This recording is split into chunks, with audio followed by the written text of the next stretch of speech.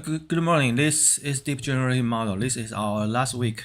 Today we will continue to discuss some advanced topics about the generative AIs, including the mixture of experts. That's the first one.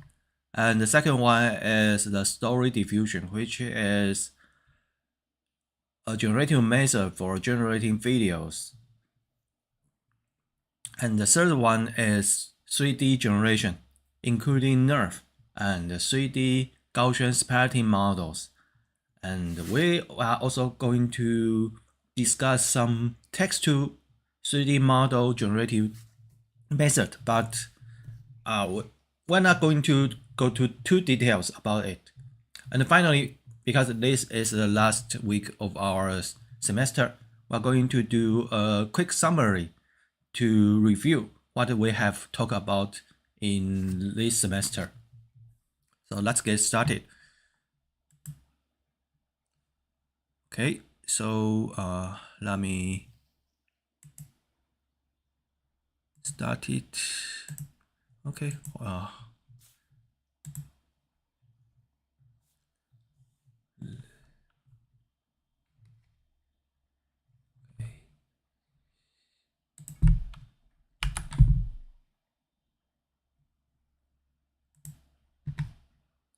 Okay, so let me start the slides.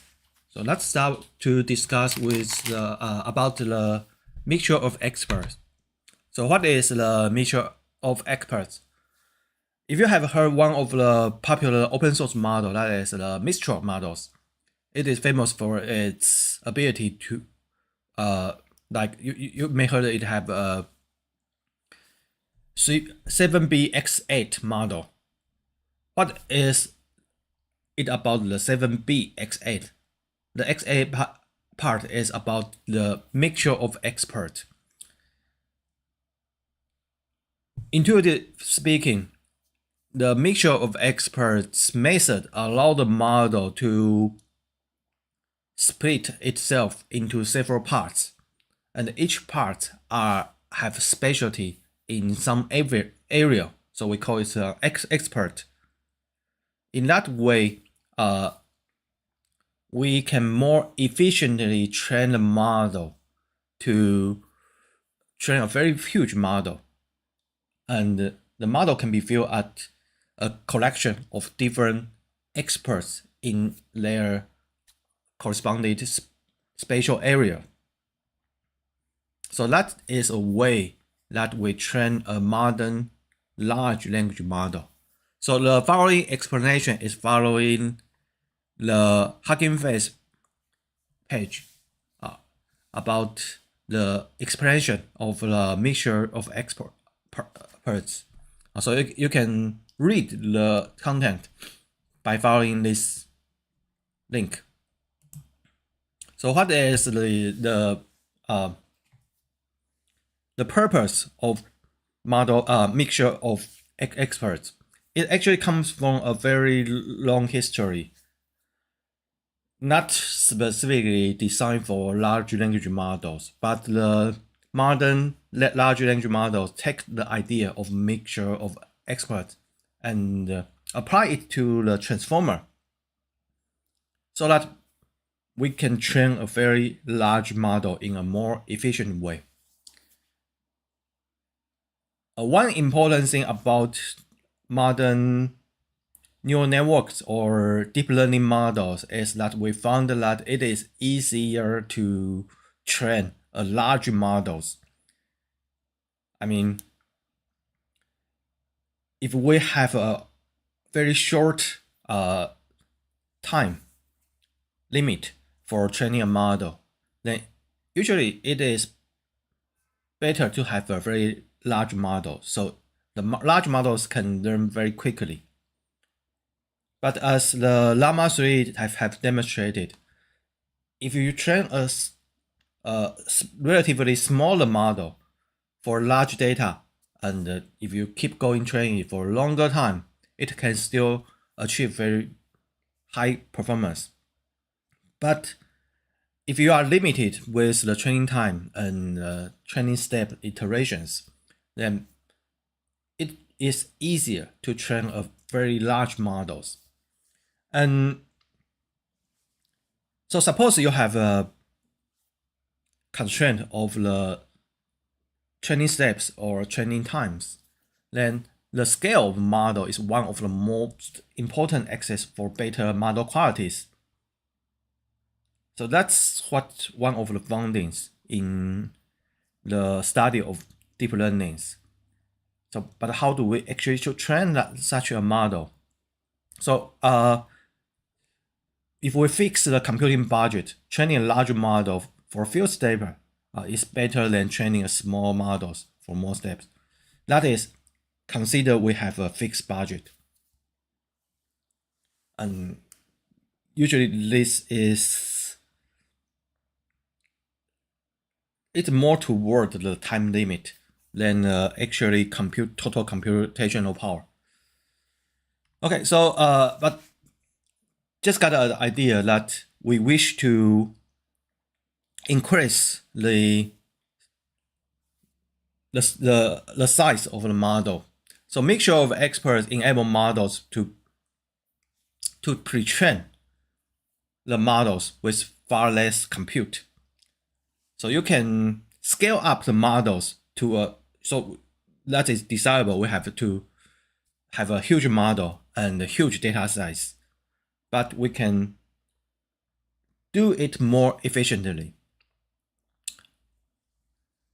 The trick is that we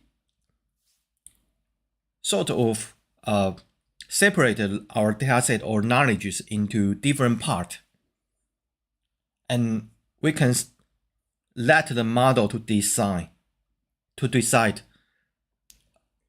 which part of these models is dealing with certain type of knowledges.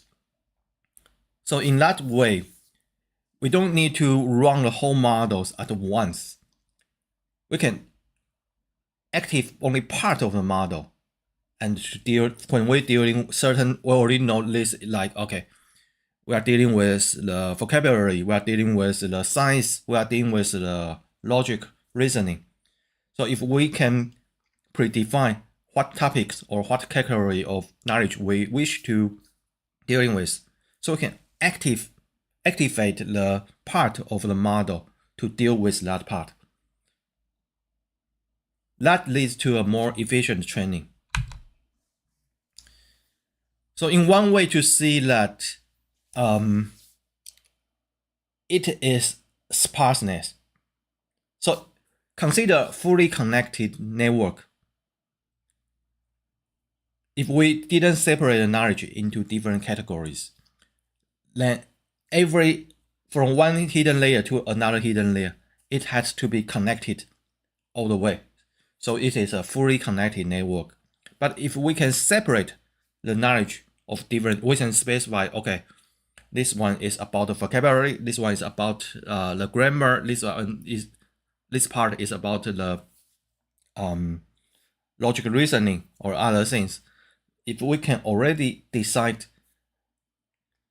the category or the spatial field of these things we need to deal with, we can only activate part of the network. So you can see that we can separate the network into several different groups. Each groups only need to have like fully connected in this group. So this leads to a more sparse connection. So we call that, so the mixture of experts basically has some sparse layers. So from history, we are dealing with a system of mixture of experts. So we split the whole network into different parts.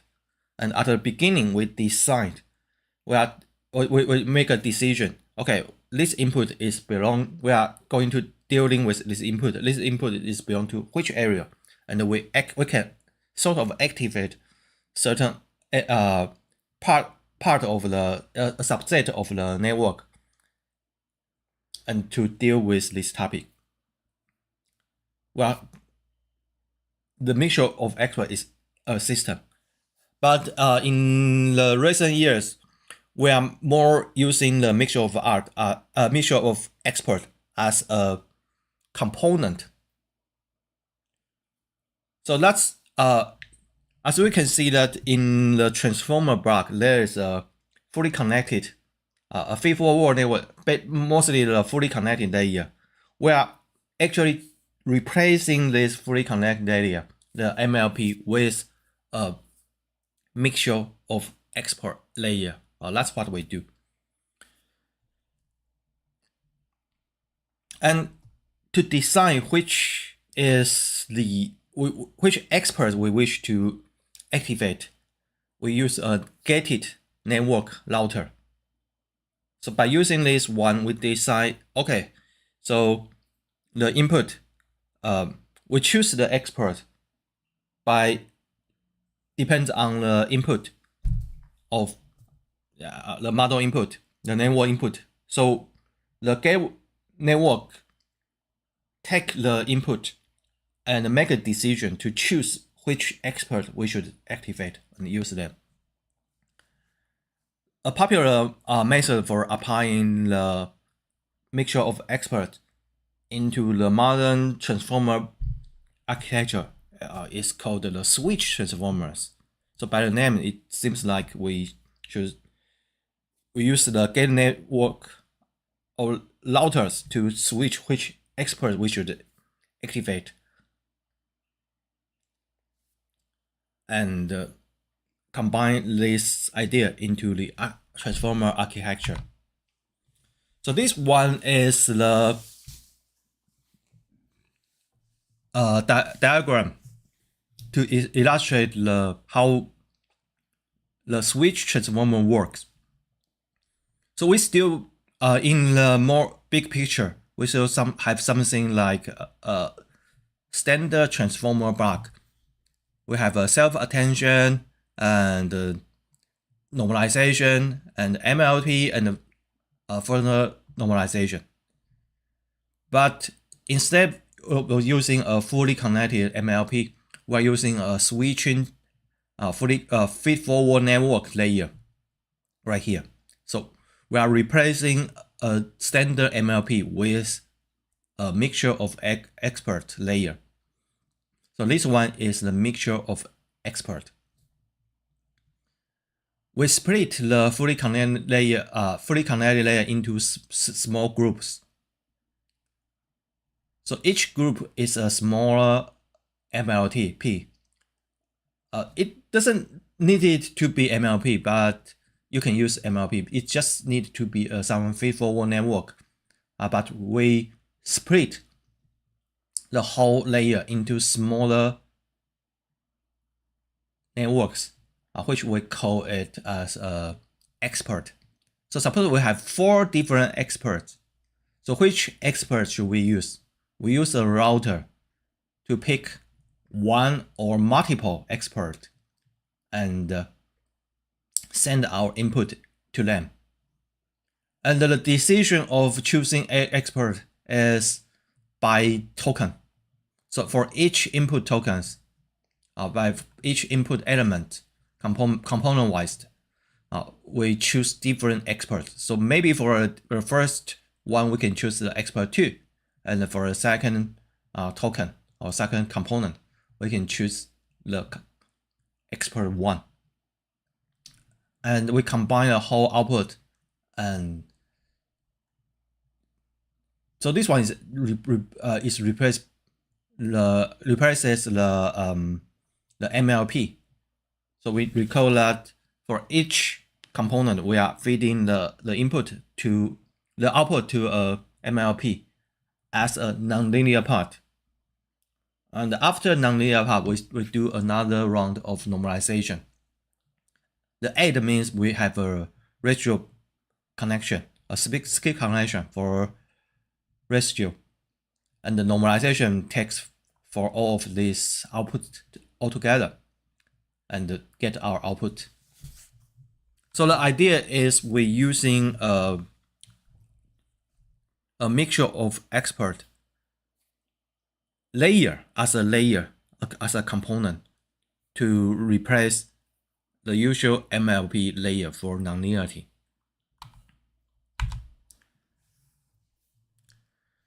So for what's the benefit of mixture of art? In the training, the mixture of expert, so what's the benefit of using mixture of experts? So in the training, mixture of experts enables significantly more computer efficient pre-training because each part can focus on a specific area to dealing with a specific area of issues, so that we can train it more efficiently.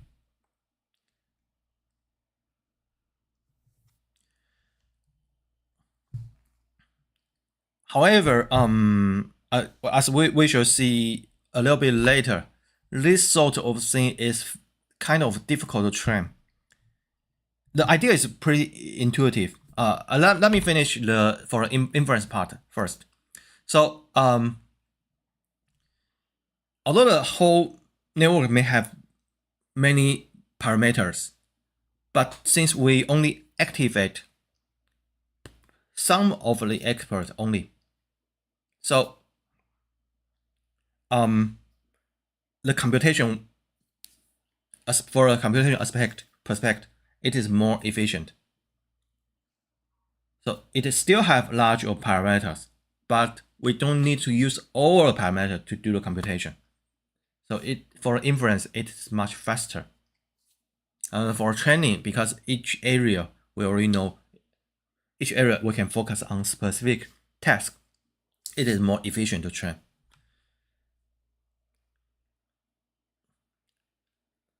By this kind of intuitive, you may already have sort of can design an architecture of this one. So we maybe have some softmax or some small network.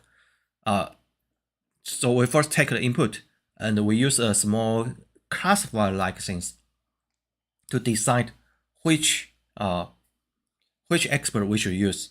So you can imagine we have something like a softmax output. And maybe when we train it, we use some softmax, and when we do the inference, we kind of make it more hard. So we softmax usually concentrate its output on one or like a few outputs. So we can make, but for the rest of outputs, this may still have very small output values, but we can truncate them to be 0. So we can ignore them totally. And after that, when we pick 1 or 2 experts, or one, just say 1 or 2. For 2, we use 2 as an example of multiple, but in principle, you can decide how many experts you wish to want to use. But we simply choose the top 1 or top K or top 2 experts. If we only choose one of the experts, then it's simple. We take the output of the expert. But if we choose like 2 or 3 experts, we can take their output, and because we get a softmax output, then we take the weighted sum of their output as the final output. But still, because maybe we have like 1,000 experts in total, we only use like 3 or 2 or maybe 1 of them. So it will still be very efficient. And for training, you can imagine that there are several ways to do the training. One of the way to training is we take all the experts at once, because we have a softmax. So the output is, we don't need to like do a truncate, so to discard the expert that has small output, because we can simply do the weighted average by using the softmax, kind of like the attention, what attention do. However, because we wish to, like the first paragraph said, we wish to enable it to be more compute efficient in training. So we probably still want to do something like to discard most of the expert to choose like 1, 2, 3, or just finite many experts in training. That will work, but because this one is this by selecting top K or by selecting max of things to make things not continuous. So in principle, it is inherently has some property to make it more difficult to train. So although the idea is quite intuitive, I mean, it is fundamentally not continuous. That is actually we can have some workaround to make it smoother to train it. There are many ways to do the workaround, kind of like the VQ training. We have many ways to do the workaround. It is an issue, but because we need to use the gradient descent and back propagation, one way or another we have to have some workaround to bypass the discontinuity. But it's this kind of intuition adds some risk in the training. So even before you implement this idea, you probably have already foreseen that this sort of training may suffer with some training issues. The training may be kind of jumpy.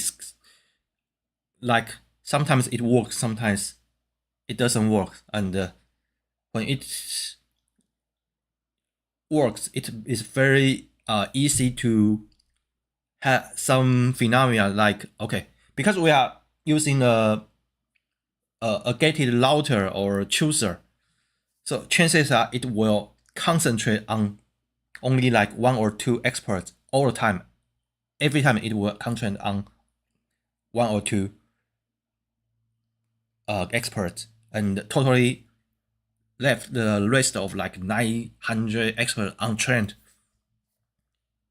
It may happen because the router, the gate, the chooser, the expert chooser is also something we need to train. Sort of like the situation we faced in the VQ part, because it is also fundamentally, in principle, it is discrete. It's not continuous, not very good for doing the gradient, not very good for doing the back propagation. And also, we need to kind of make a choice. So they face a similar problem. It not always happens, but when we have this sort of ideas, even before you do the experiment, you kind of already know this is something we need to have an eye on it, because the training is difficult and maybe unstable, but the idea is quite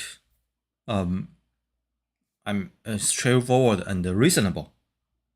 So this is something you need to try, but just prepare to suffer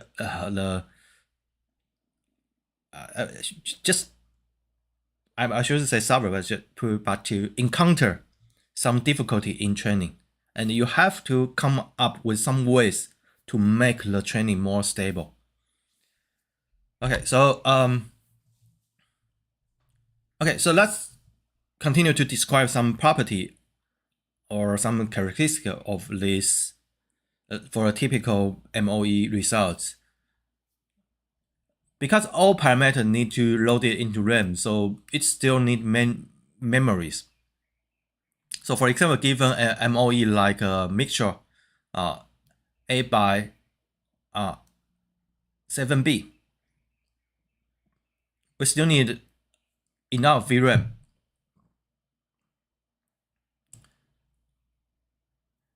It still need like 47B parameters, but not 8 times 7B.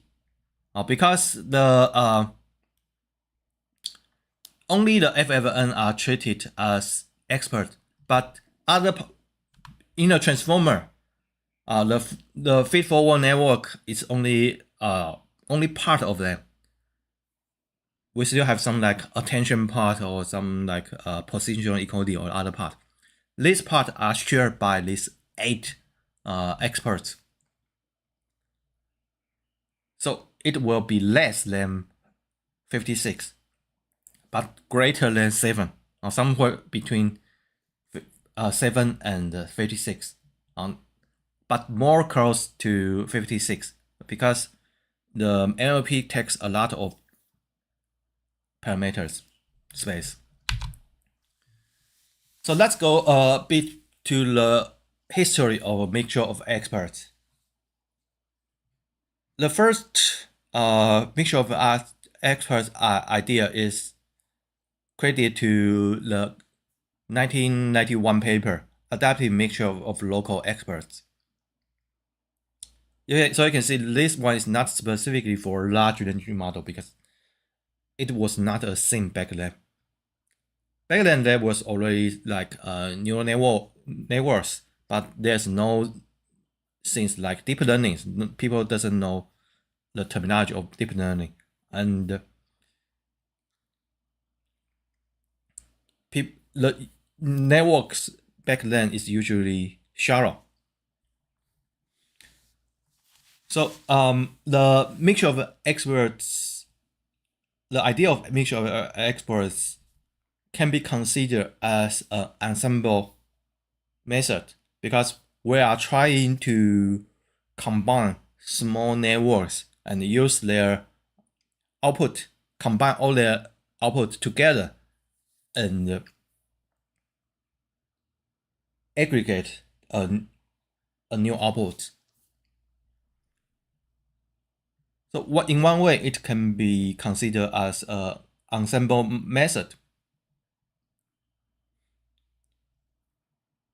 So we have each of the separate network considered as expert, specialized in different region of the input space. Then we use a gate network to determine the weight of each expert. So in the original mixture of experts, it is not spatially considered about the efficiency or the scale of the network, but it is more like using the ensemble kind of idea to make the network more powerful or have more high quality outputs. So in the original mixture of experts, in fact, every experts are used. It's just when we combine the output, we use a weighted mean, and this weight is decided by a gating network. Probably have a softmax output. So when the training, every expert and the gate are both trained, and when doing the inference, also you will use the same way. The experts are all experts are activated. If you wish to make the network more efficient in training and in inference, we have to modify the output of softmax to make it more hard, so we can choose only a few of the experts to be activate. But if we do so, just like we said, I just said, it will make the training more challenging. Okay, jump to the year like 2010 to 2015. There, even before the era of large language models, we have some language models, but not large language models. People are using this idea already on neural networks and like in some language models. One of the idea is using the expert as a component. So in previous studies, like the original one, or in 90s or in early, there are some mixture of, although it doesn't mention here, there are some studies of mixture of experts in early 2000s also. But most of the idea is trying to treat the mixture of experts in a system level. So we have to decide the area, the region of the input space at the beginning and choose part of the network. So it's basically kind of like an ensemble networks. But we are in this work by Icon, Resato, and Ilya. It uses this mixture of experts as a component. So in a modern deep network, we have a lot of different layers. We are sort of stack this mixture of experts with other layers, including other mixture of experts. This allows us more easier to apply this idea to deep network architecture, because in deep neural network, it usually has a lot of different layers. By using the idea of mixture of experts as one of the component, it is more easier to suit this idea into neural network. Deep networks. Although this idea seems to be kind of trivial, but I think this is I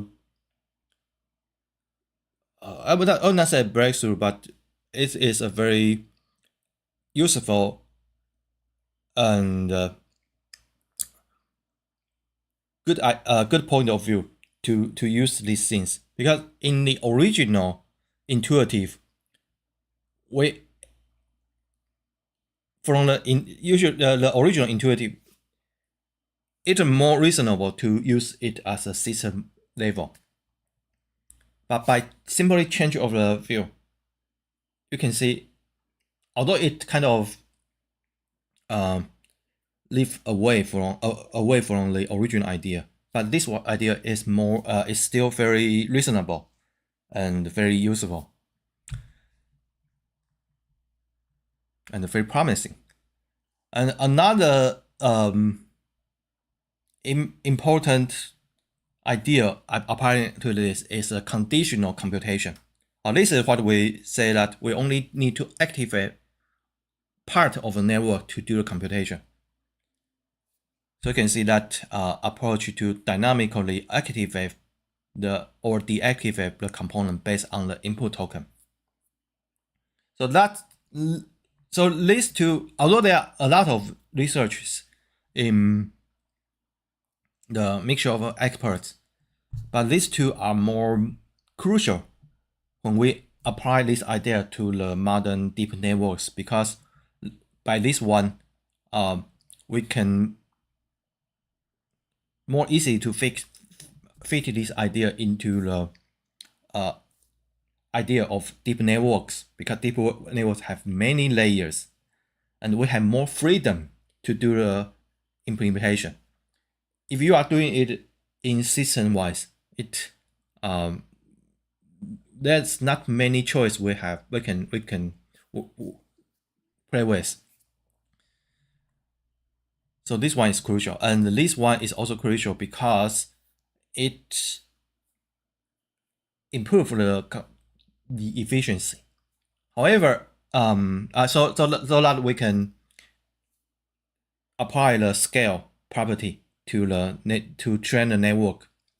However, as we mentioned multiple times before, this will introduce some instability and some consideration when we're training the networks. It is not easy.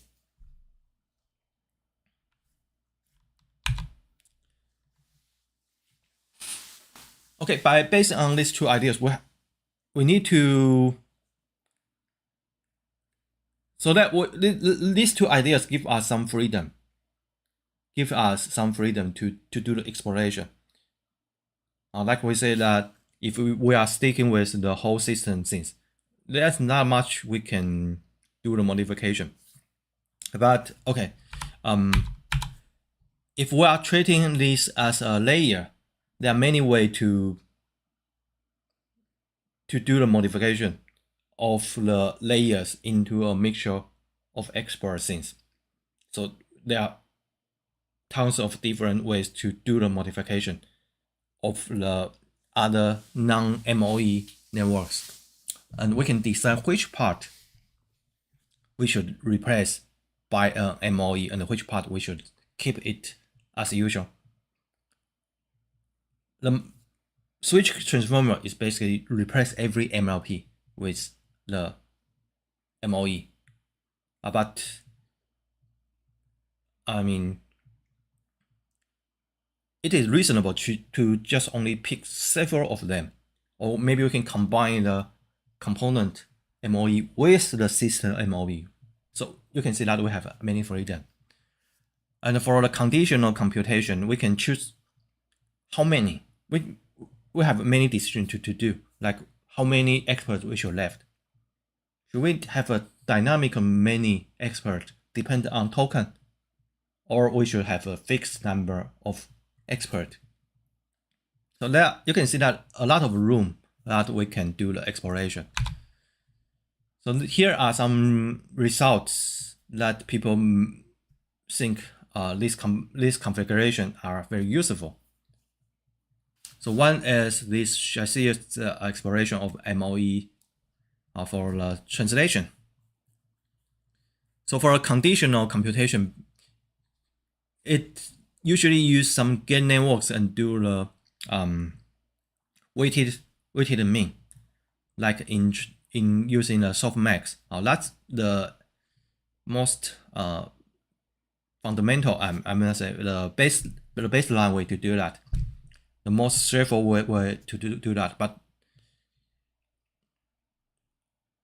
because softmax never reach 0 unless your input is some negative infinity, the output of softmax will never get a real 0. So no matter how small this GXI is, you still need to compute this one, at least in theory. But obviously, if this one is very small, we won't lose many. The value won't change much if we ignore it, discard this value totally. So we should do some like clipping to discard the small values. So one way to do that is to do the top K gating. We only keep the K can be decided like top 1, top 2, or top 3, or top 4. We simply pick some of the only top K gates. You can see that keep top K gates. If Vi is in the top K, we choose it, and otherwise we do the negative infinity as the value.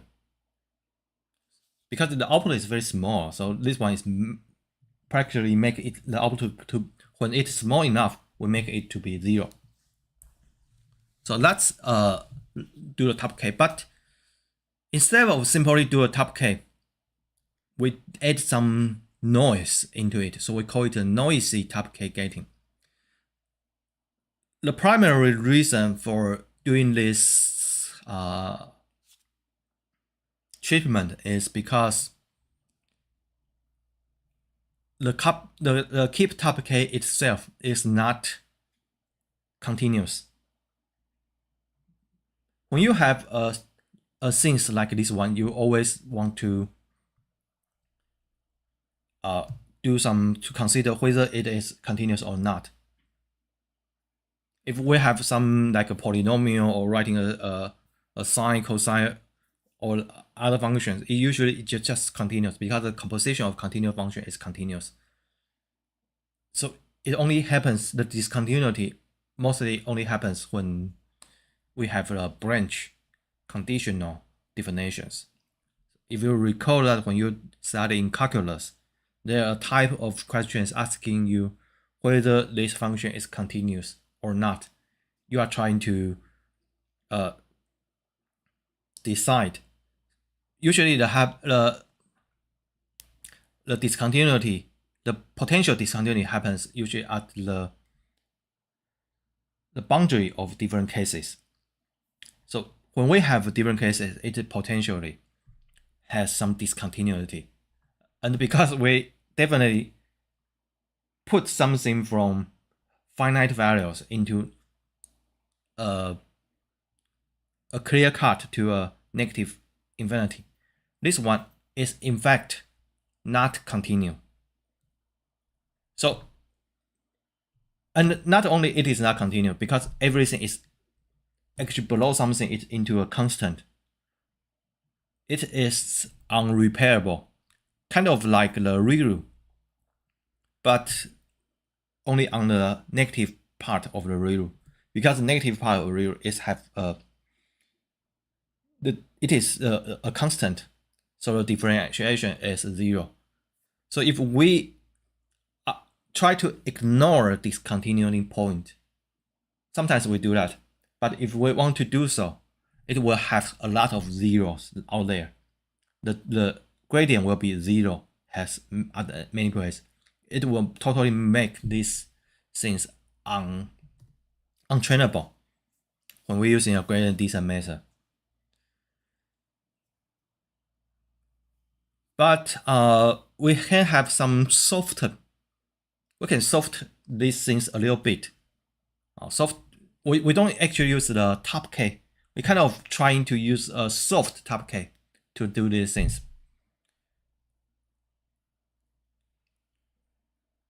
One way to do that is using something like a softmax. We can have a soft version of a top K, but we actually came from the softmax. We don't want to go back there because the consideration is to have it more computational efficient. So we don't want to go back there, because if we go back to the soft things, we are doing things more cost more computation. We have more computational cost. That is not what we wish to have. So instead, we do another approach to kind of soft these things. We add some noise. We add some noise to it. Although in each iteration, it is not exactly continuous, because this function is discontinuous and have a lot of 0. But by adding noise into the input, you practically soften it. But in the compute, at least when we do the gradient descent things, these things, in fact, equivalent to the softer version of top K. Because we're doing it a stochastic gradient descent. That is what we do. So by doing this, it is stochastically soften it, but we still keep the benefit of small computational cost. So that's why we need to add some noise right here. For every kind of soften, we can find a corresponding way to add noise into it. So that is usually doable. So here we also learn another trick to do things by both making it more soften and make it more computational efficient. Okay, so we do the noisy top K gating when we do the training,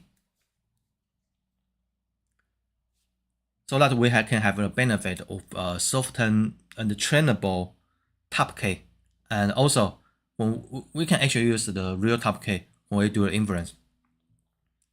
But because of the probabilistic nature, we can also use the noise top K gating when we do the inference.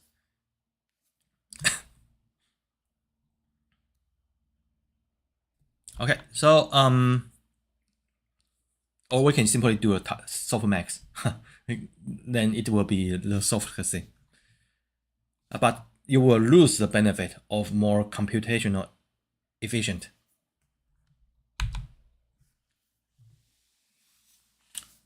But keep in mind, this is the workaround that I was mentioned. We always have some workaround to.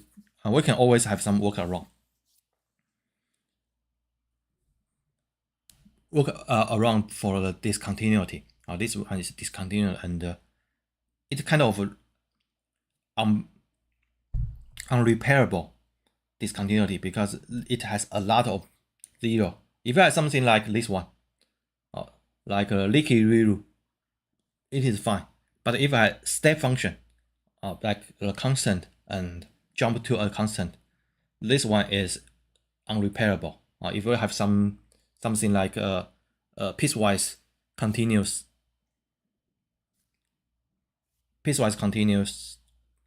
differentiation, then that's fine. But this one is unrepairable. We can always have something to do the workaround. We can soften the like a step function. When we soften the step function, we soften it to be like a sigmoid.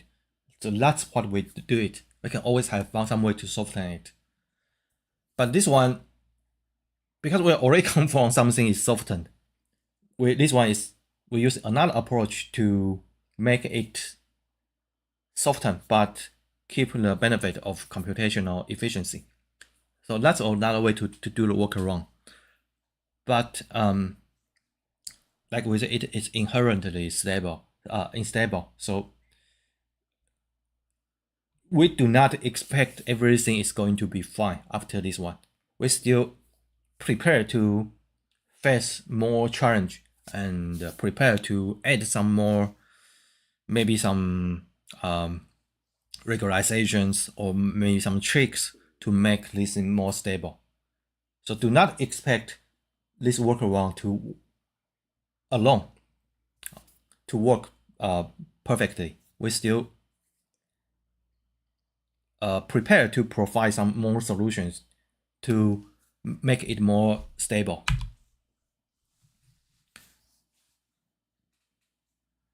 Okay, one situation that it's facing is that when you train in this way, it is more often than not that it will choose some expert more often than the others. At the beginning, it may be just some nature random choice bias.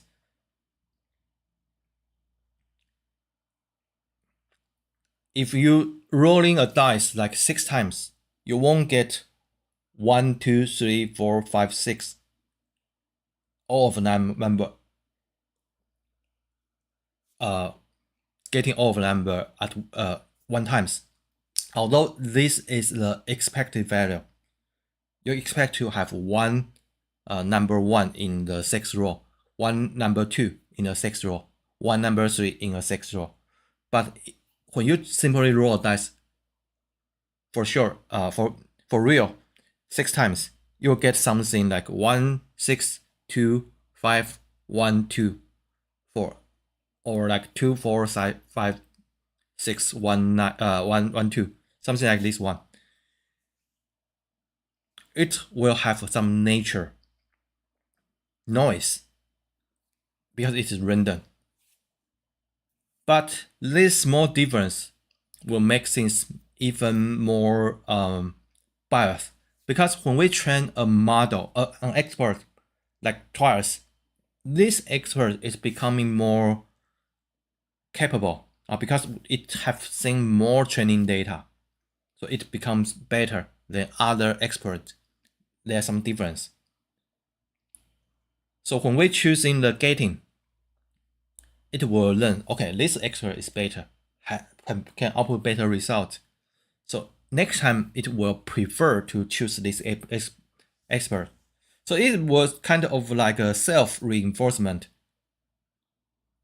because we use this expert more, this expert becomes better.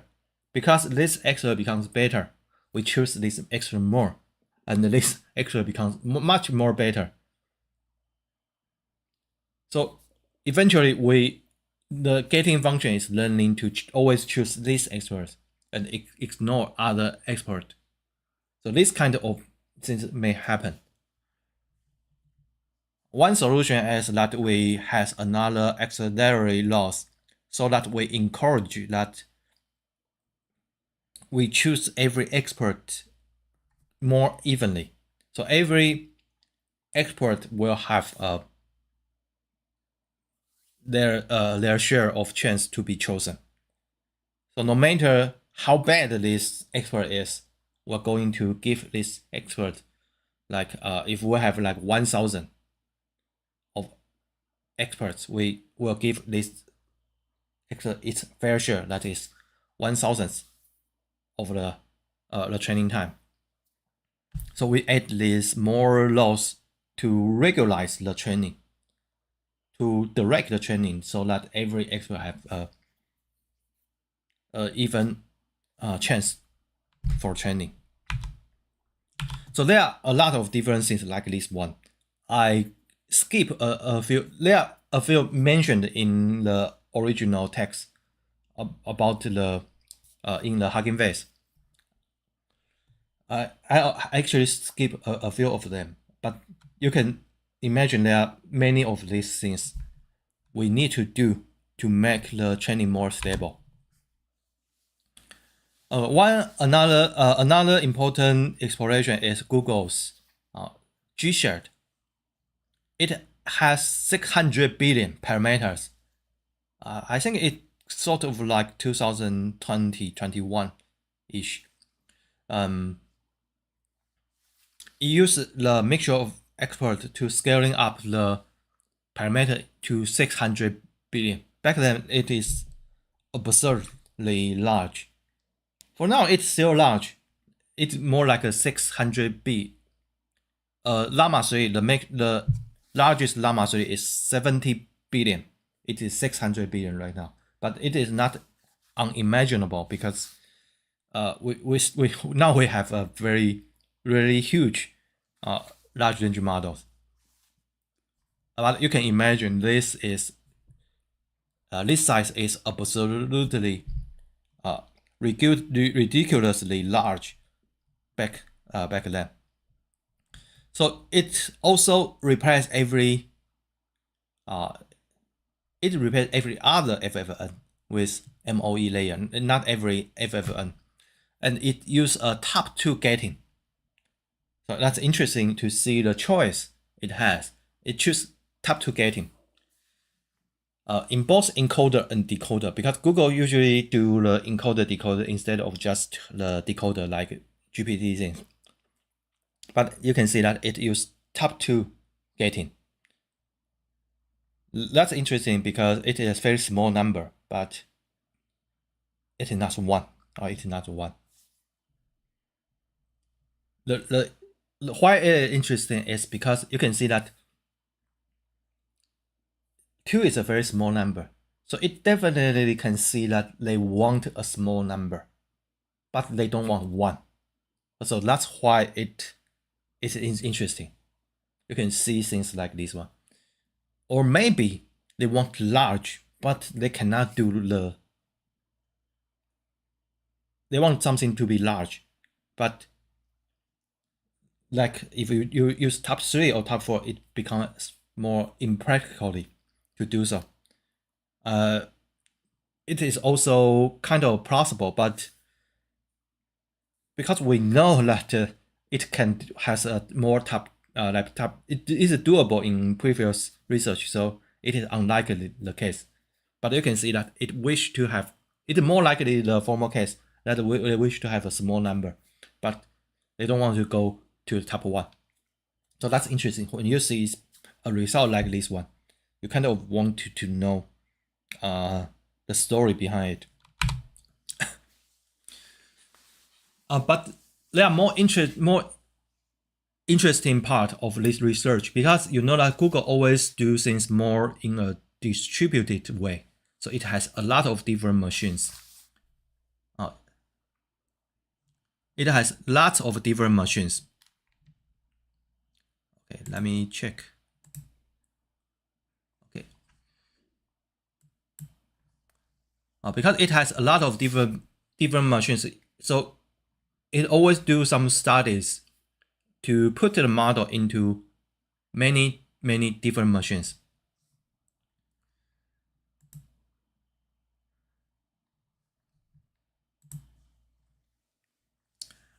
So there are many interesting considerations of how to separate these models into different parts. So you can see a lot of illustrations about the architecture of the models. That's one of the interesting part you can see. And see, although many of these things we are not be able to do the experiment ourselves, we don't have that many machines, and we don't do that. We have many machines. I think usually everyone has a laptop or a computer, a desktop computer, or maybe a phone. So if you really want to do so, you may want to do that. But we can see that this kind of setting is not that suitable for distributed computing. So we usually don't do that. But still, you can read this paper to imagine why they made this kind of decision and have an idea of to learn something from this result. So that is another interesting part of this study. Literature also introduced some ideas here. The first is random routing. So in the top two, it is in a top two setting, but only the first one is chosen to be the top one. The second one is randomly chosen by the probability proportion of its weight. The top one is always the top one, but the second expert is choosing, has some random vector of choosing it. Also, it has a limitation of the expert capacity. So it sets a threshold of how many tokens can be processed by one expert. Because we have two experts, if both of the experts are at its capacity, this token is considered to be overload. So it will kind of pass, because we have a residual connection and expert, the mix of expert connection, right? So if both of the experts are removed, we only pass through the residual connection. So basically, it just says we copy the input as an output and pass it to the next block. The current more trending or more people, the architecture people use is the switch transformers. So although the mixture of experts showed a lot of promise, they struggle with training and fine-tuning instabilities. So like I said, it is very as not nature common. It is a thing that we are not surprised. This is something that unsurprisingly, because it is inherent some instability from the discontinuity nature. So although we have already added a few of the different choices, unlike the two configuration we see before, and the early like the 2010 to 2015, that too, of course they have their own configurations. We have already have a few, like many different attempt to use mixture of experts, but it is difficult to find a recipe to actually to use it more practically. The switch transformer did that because it comes out with a recipe that actually works.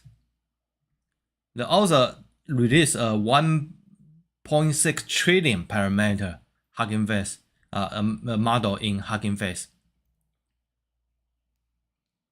It contains like 2,048 experts, and it can compete with a SOTA model like T5XXL. It has, but the training speed is 4 times faster. So what is, we have already shown the switch transformer, the architecture of switch transformer before, or just like this one. It has a router right here, and it replaces every FIFO network MLP with a switching network, and this switching network is sort of like this one, and it uses certain choice to do the getting things and to do the top casings.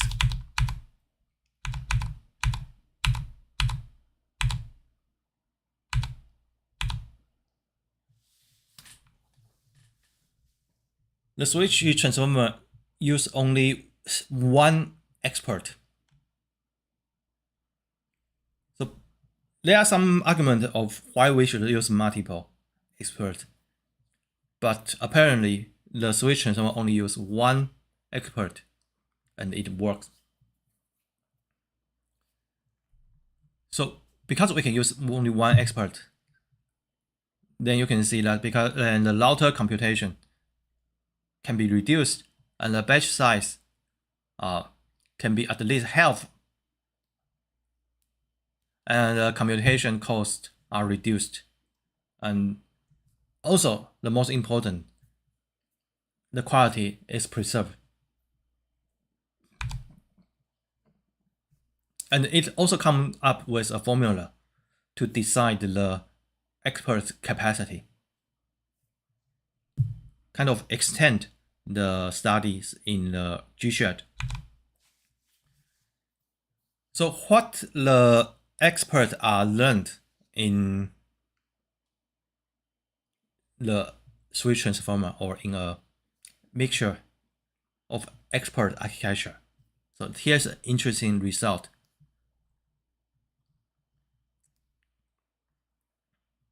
You can see that in layer 146, there is some Sentinel tokens in one expert, and another expert like this one, and the other expert is learning for the punctuations because we have a getting function and we choose only one expert, so it's more explainable.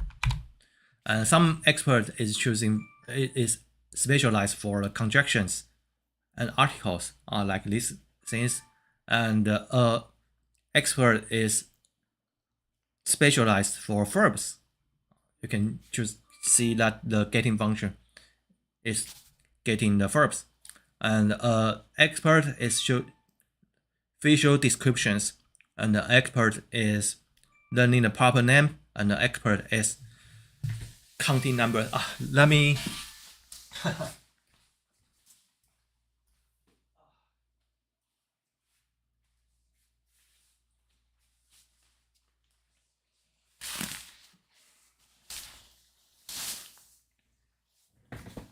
turn off the notifications.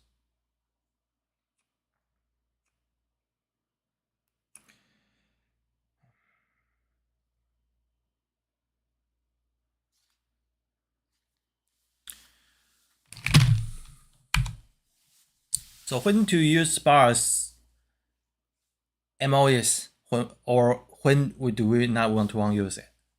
Here are some tips that you can learn from it. The experts are useful for high throughput scenarios, with many machines. And given a fixed compute budget for training, a sparse model will be more optimal. So if you have a compute budget that is fixed, then you should choose the sparse model. For low throughput scenario with little VRAM, a dense model will be better. And for a parameter count, one cannot directly compare the number of parameters between sparse and dense model because they are significantly different. So you cannot just compare oranges with apples. So although we have 1.6 trillion parameters, it can like here we say this is 1.3 trillion parameters.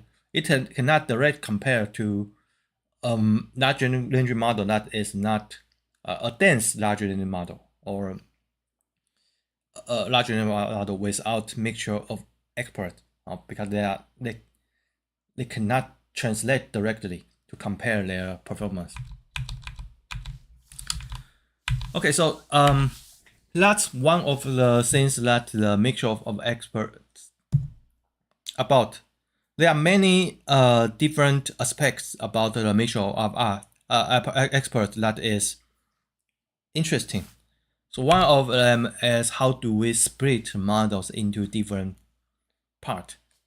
Because even with just one machine with many GPUs or it is the arrangement of these experts is still very interesting and it will affect the performance.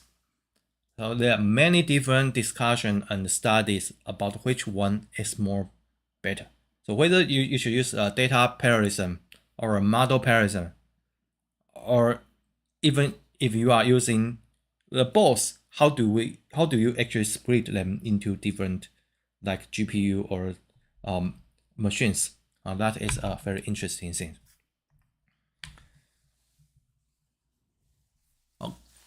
The next topics we are going to discuss is the story diffusion.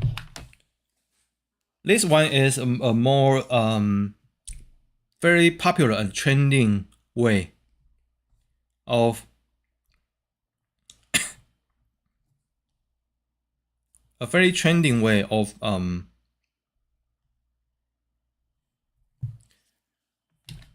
doing the video generation.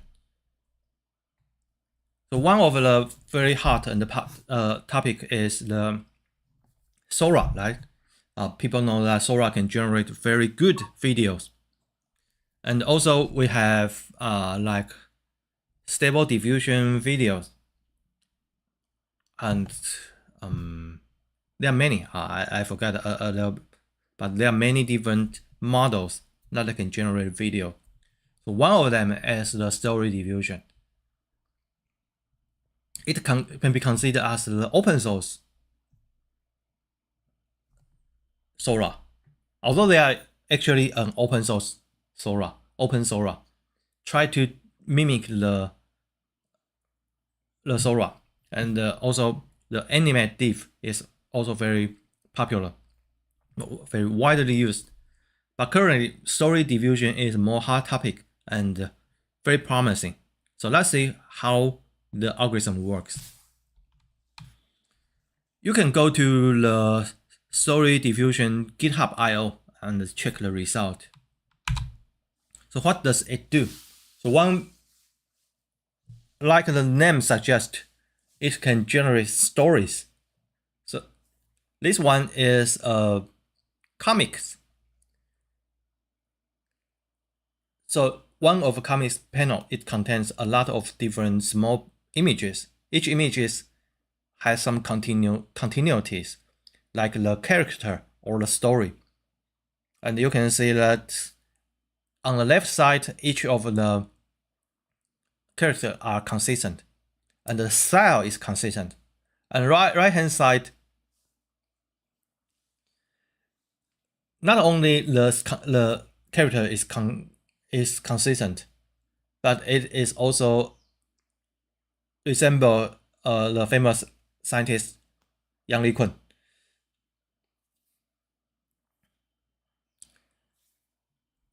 So that is what the story diffusion is capable of doing.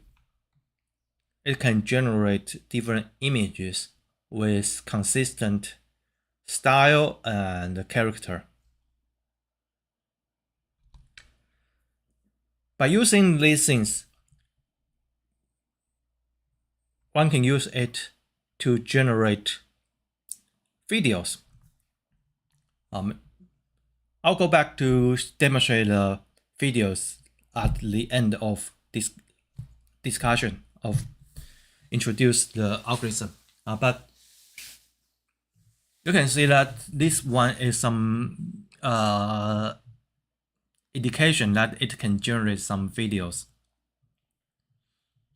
like video clips or long-range videos. We'll show the videos later. But you can imagine that one of the difficulty of the image generation is because when we use the image diffusion models to generate images separately for each frame, the first thing you will notice is the inconsistency of the character. Maybe you can do some things to make it more smoother, but you can see that the clothes the character wearing or the face of the background is changed constantly, like in a dream. Everything is changed. Kind of, you can make it smooth, but it is changed for, especially after a long time period.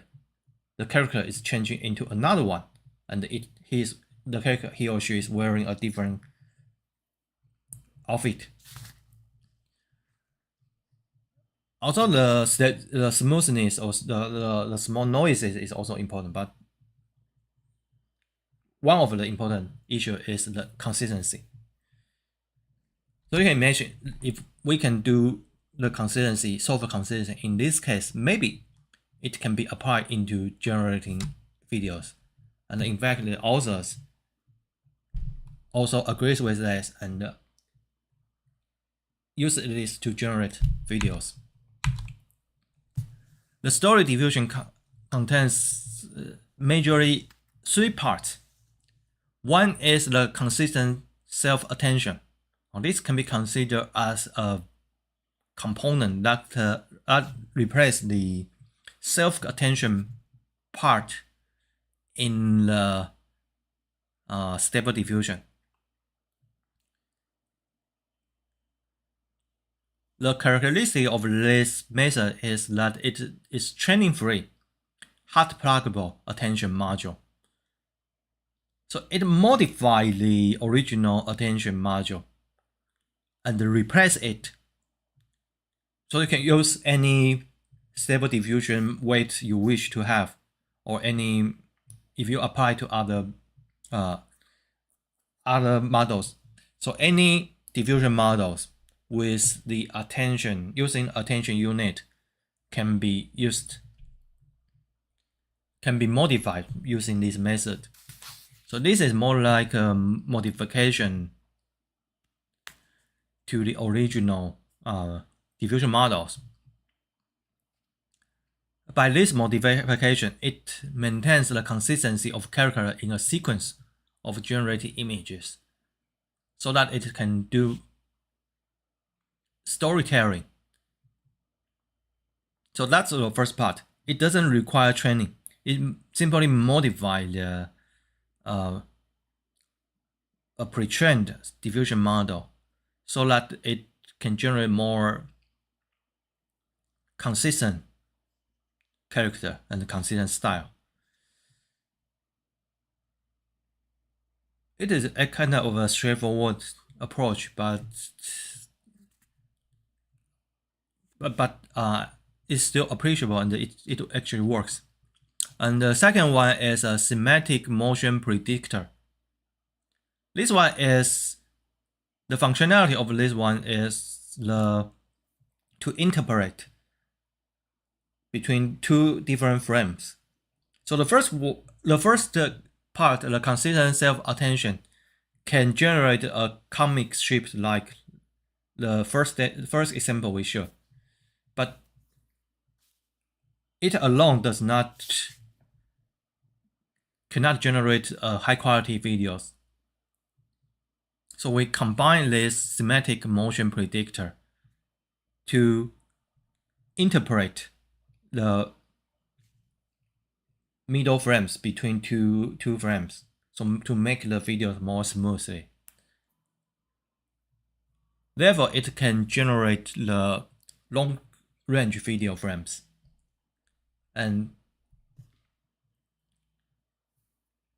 can generate the videos up to a minute level. And finally, it combines these two components together into a framework called the StoryDiffusion. It can generate text-based like comic strips or videos.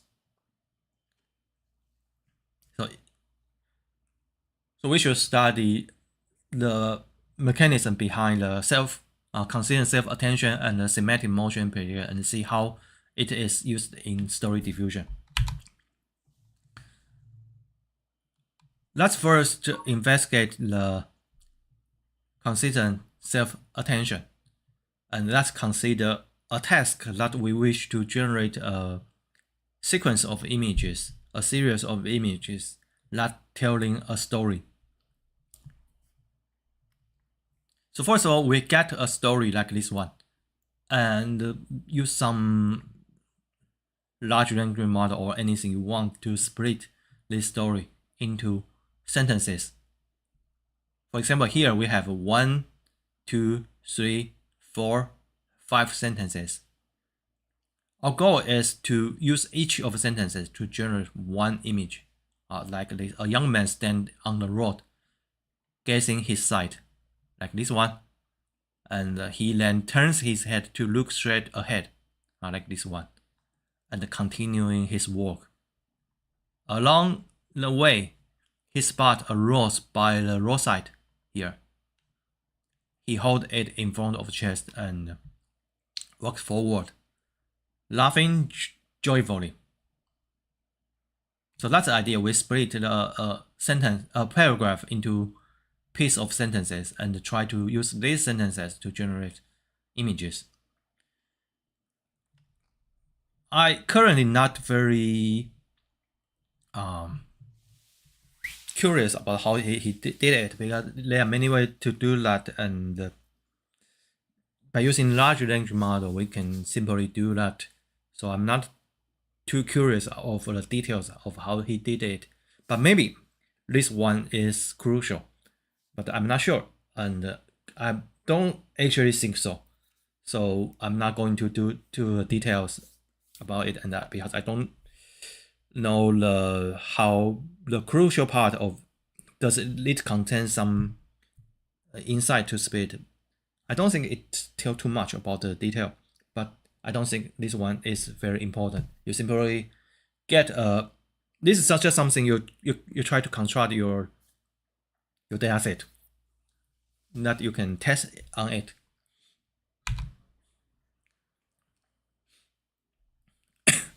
And secondly, it use it modified the attention unit. So for a diffusion unit, we have a unit right here, which is attention unit. It replaces the attention to be a consistent self-attention. In the attention unit, it used to be a cross attention for the encoder and decoder, but it simply hard plug and replace it with the consistent self-attention block that we are going to describe. So CAB stands for consistent attention block. B is block. So this one is a block. So this one is just a resonate block, and one consistent attention layer into it. So there's nothing to see here. The consistent self-attention layer is simply like a known here, and finally it do the cross attention. It still do a cross attention, but it has a consistency self-attention here. It is still interesting, but not much to see here. The key part is here. So what is the key part? The key part is pretty simple. It still uses the same attention technique because we already have the way to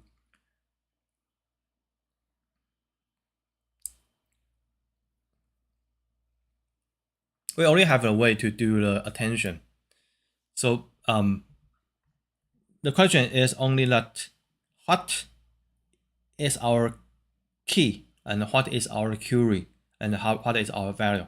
The key is always the same thing, because we are doing the unit. So we already have a key. We have the same key. We don't change the key. We change the Q and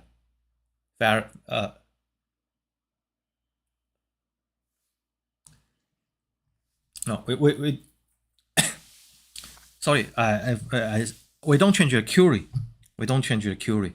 Because the query is the input image, is from input image. When we do the unit here, we got the query. But what is the key and the value?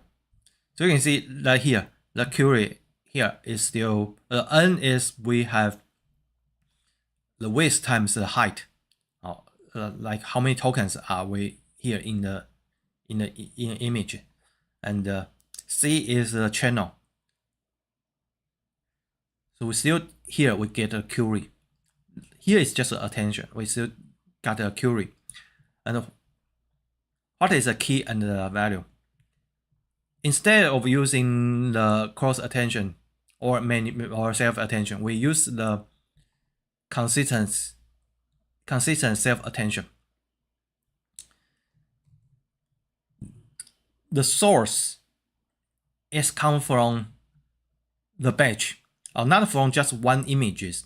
We come from the batch. So we do the batch altogether, a batch of sequence of the images. But we can do this for all images. But one thing that is, these images are a lot. So the scale is different. The scale is different. So this may have some impact on the result. And also it is more, we have some efficiency consideration. So instead, it do the sampling. So from a whole batch, we do a sampling. We do a sampling from all the sequence, all the images. We do the sampling. All the images that we generate in this batch, we do the sampling to sampling token, and use this token concat together to concat with this guy to do the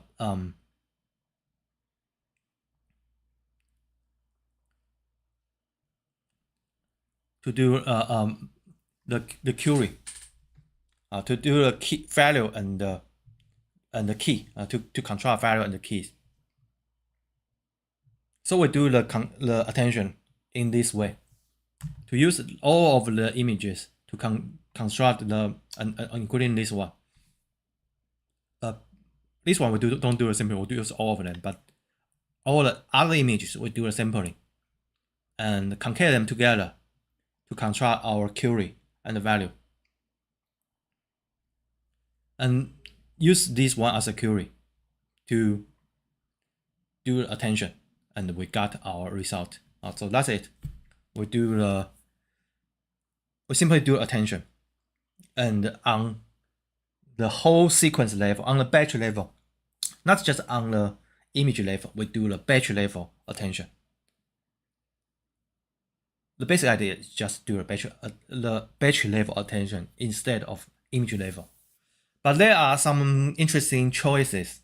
One is that we just talk about the sampling. So that is one choice. We do the sampling. The other is the architecture here. This one actually has some freedom. So this one is the choice it does. So other than this two choices, I don't think there's much. Or there's some or more choices because it is intended to have as a droplet replacement. So it doesn't require any, like it says, it doesn't require any training. So it is training free. So it chooses to be a training free. It is a risky choice, but not so risky because it is training free. You don't need to training. So there are no training. You don't need to worry about the possibility of that you didn't train it well. And it is more faster to do so. But it is questionable whether it works. So it requires certain scale precision to actually make this implementation works, although this implementation is easy.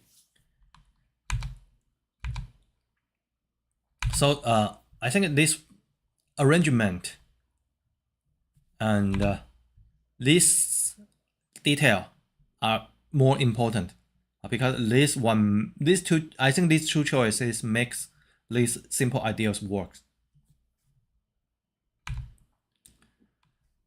Another component is the semantic motion predictor.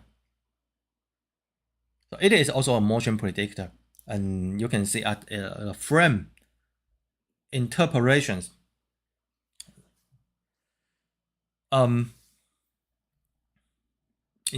Frame interpolations. There are many different things that can do this frame interpolations, but according to this paper, it says the previous result doesn't work well for the purpose they wish to have. So they invent their own, and this one requires some training. So how did they do so? They first they you can see right here. Let me turn off the camera.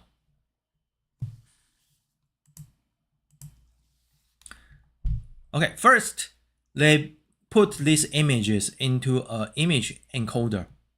They put it into an image encoder. In this implementation, they use clip.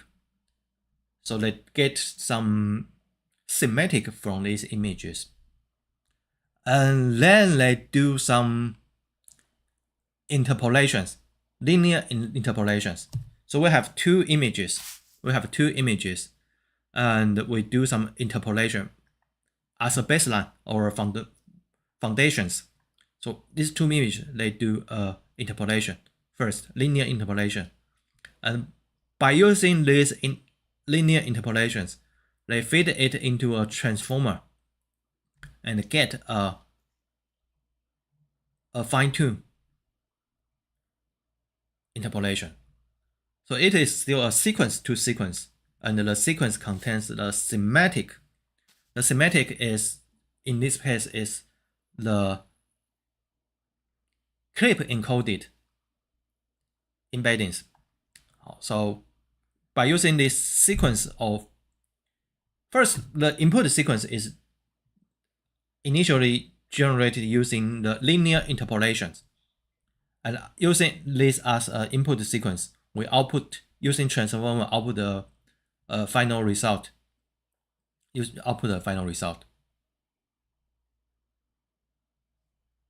Okay. So that's the first part, that it generates the things. Of course, this requires some learnings, but because we are working on a semantic space that is pre-trained using a clip. So you can imagine that when we get a data set of videos, we can simply train this transformer. However, although this one is a motion predictor or can do the interpolations well, but it is on the semantic space. It is not on the image space.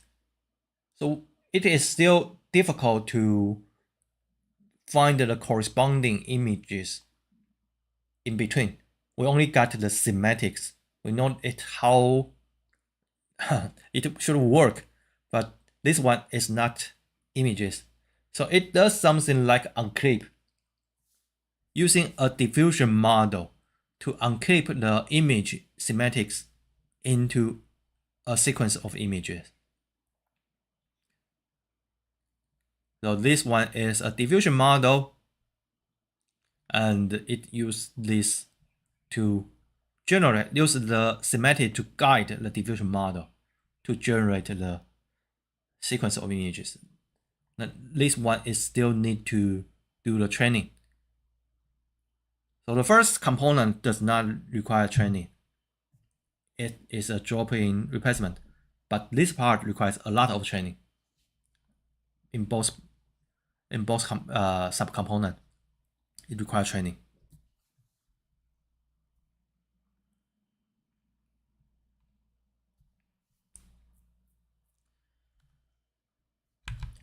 Okay, let's see. So that's it.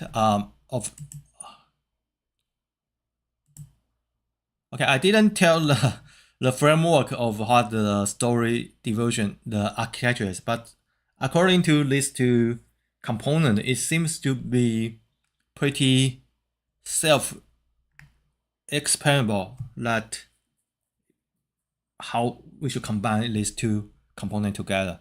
So let's just see some demo videos.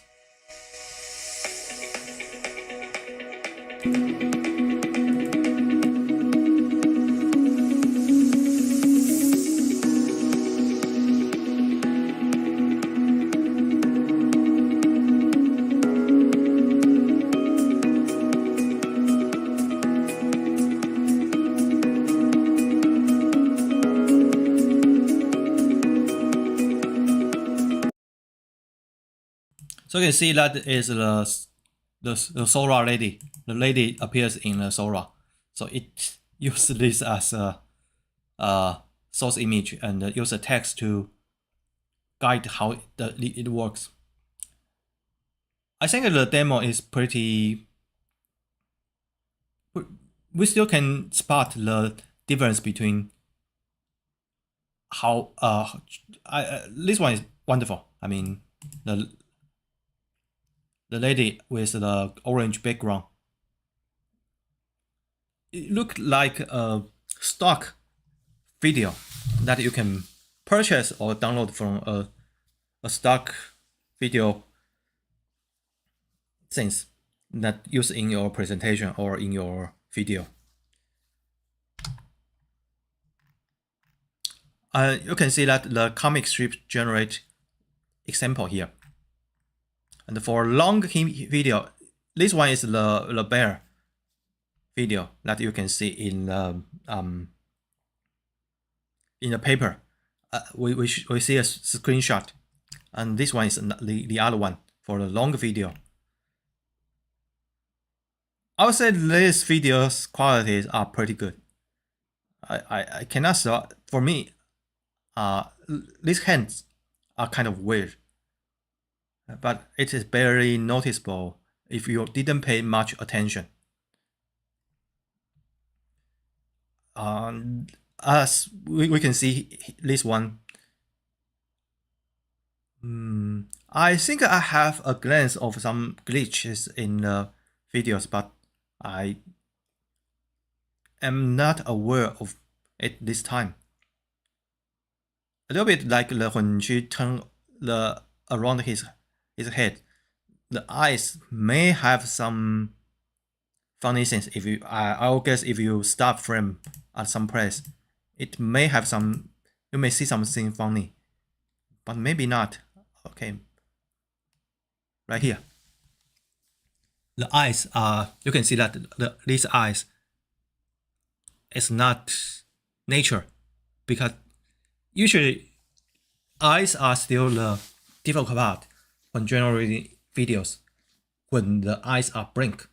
So if you wish to spot a fake video, spot when the people blink their eyes.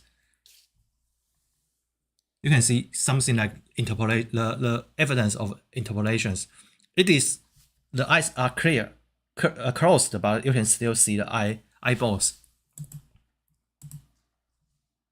But I don't think this kind of tales can work for a very long time.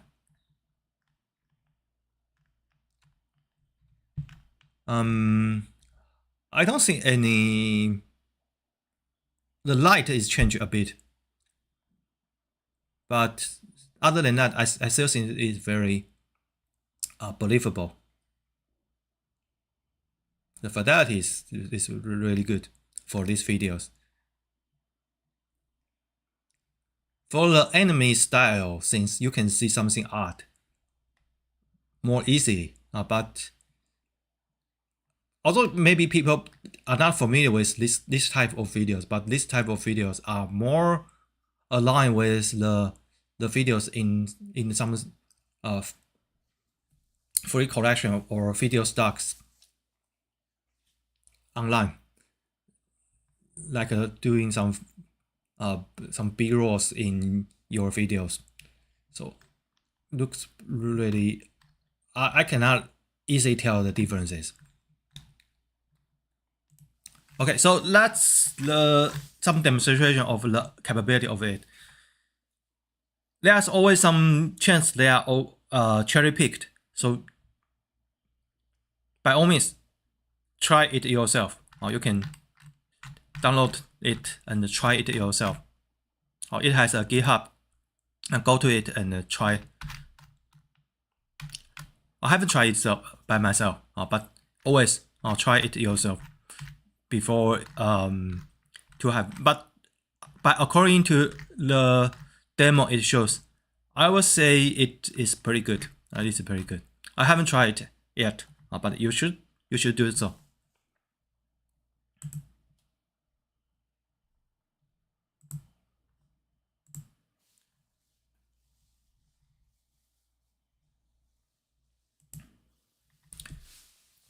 The next thing we wish to talk about is the 3D generation. 3D generative models. Though Nerve and 3D Gaussian splatting, it's not always considered as a generative AI. When people have hypes about generative AI, usually they are talking about the large language models. And sometimes they are talking about the diffusion models or other generative models like music generative models.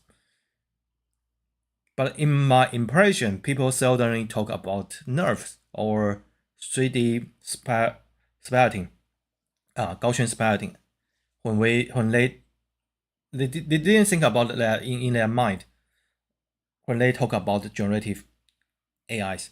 But by definition, I think this one is still, at least it is still generative AIs in some sense, and all AIs are generative AIs because all AIs can do generalization. All AIs can do generalization. Generalization is something of generating something new. Even if a classifier, it can do the prediction that does not exist. So the hallucination is a feature of AI, not a issue, because AI do the hallucination. At least for these generative models.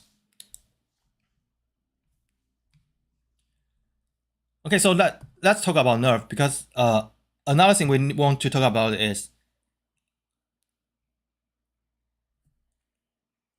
the image text to image or image generative models is already a thing that people can use, has already been used.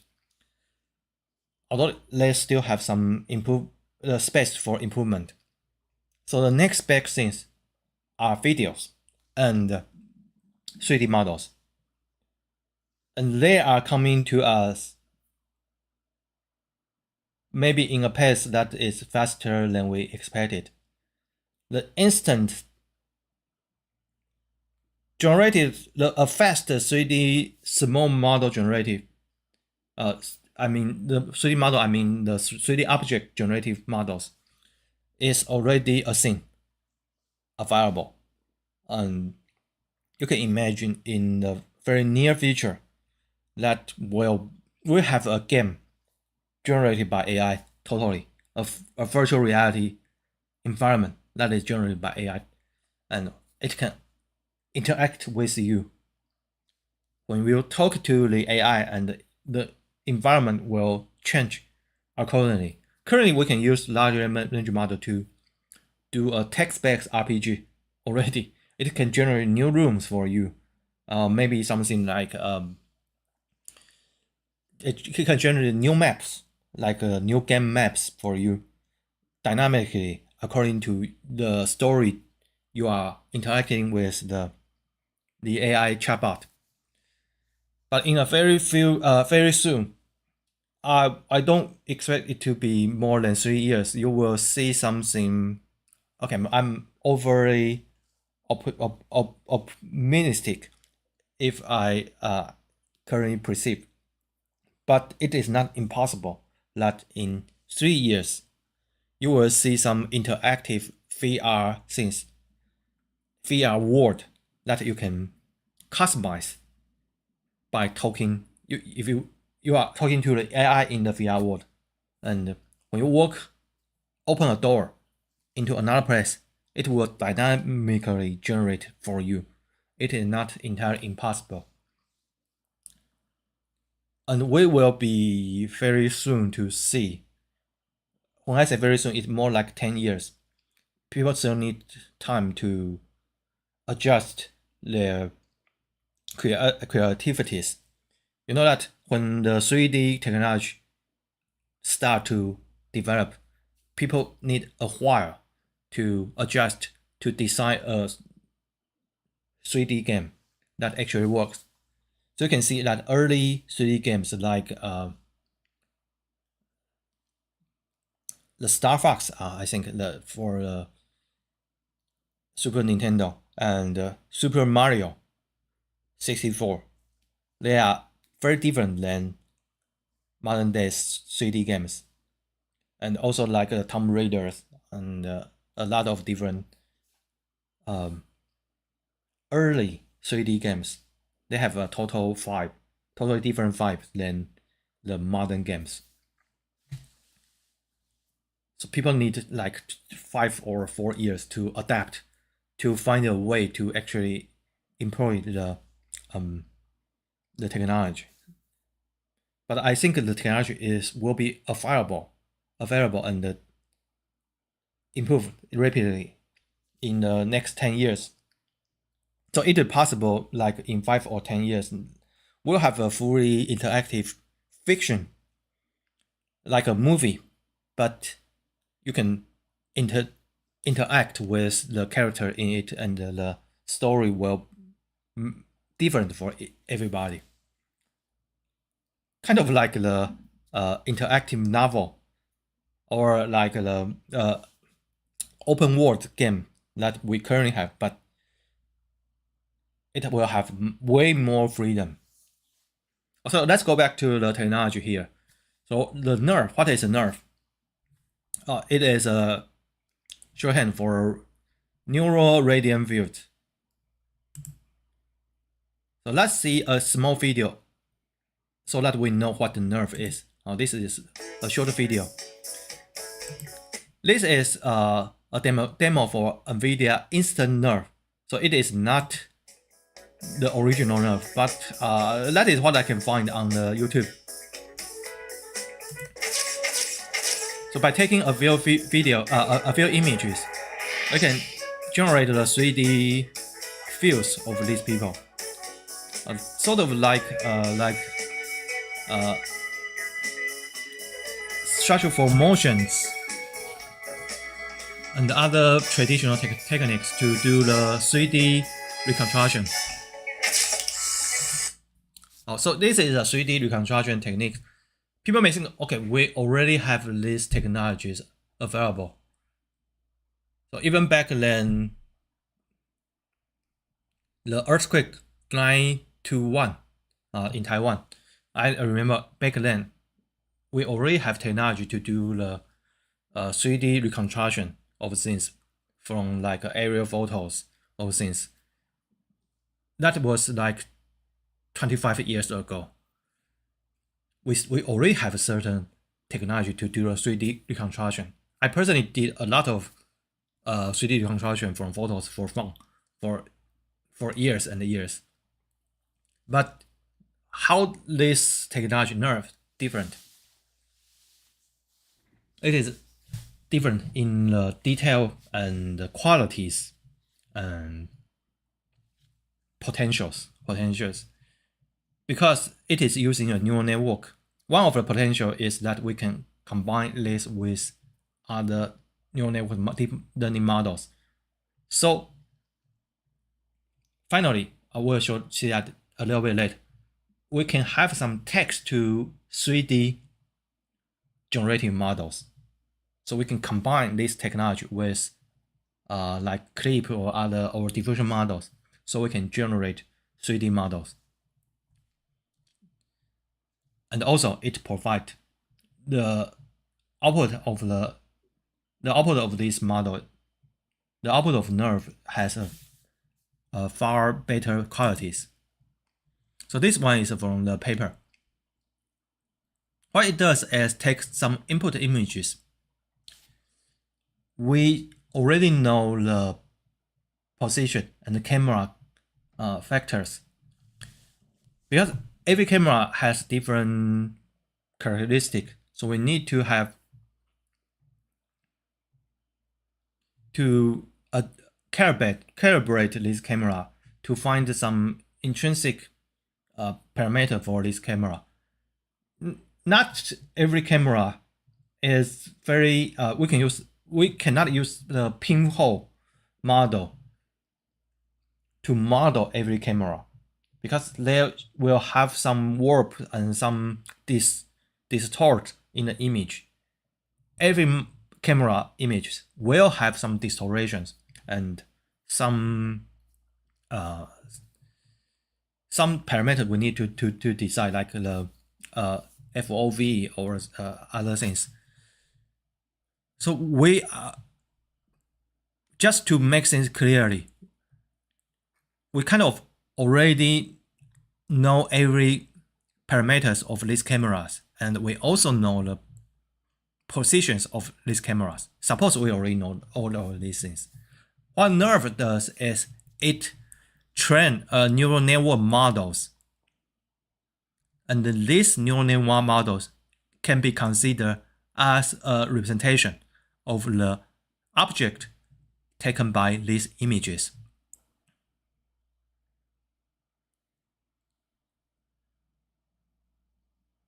And the key point is, how do we actually model this object? It uses a 5-dimensional function to do so. So each point, we have a x, y, z position coordinate.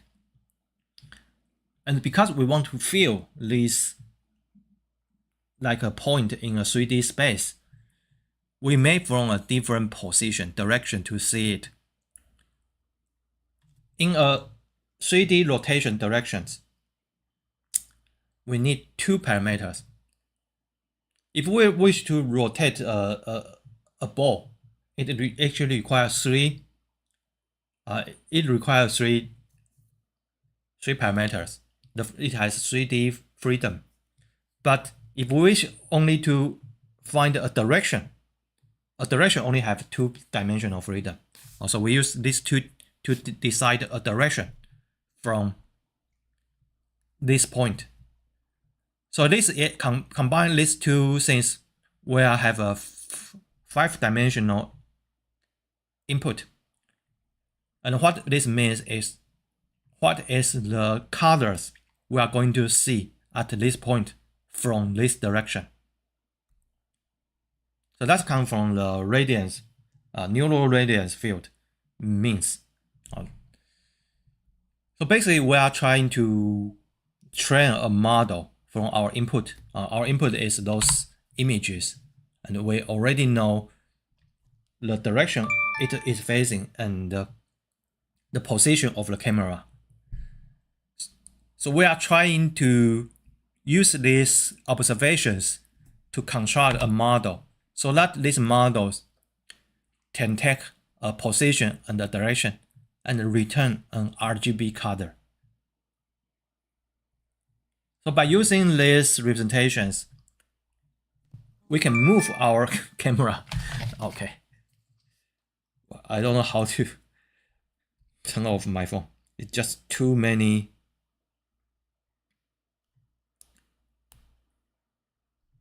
notifications.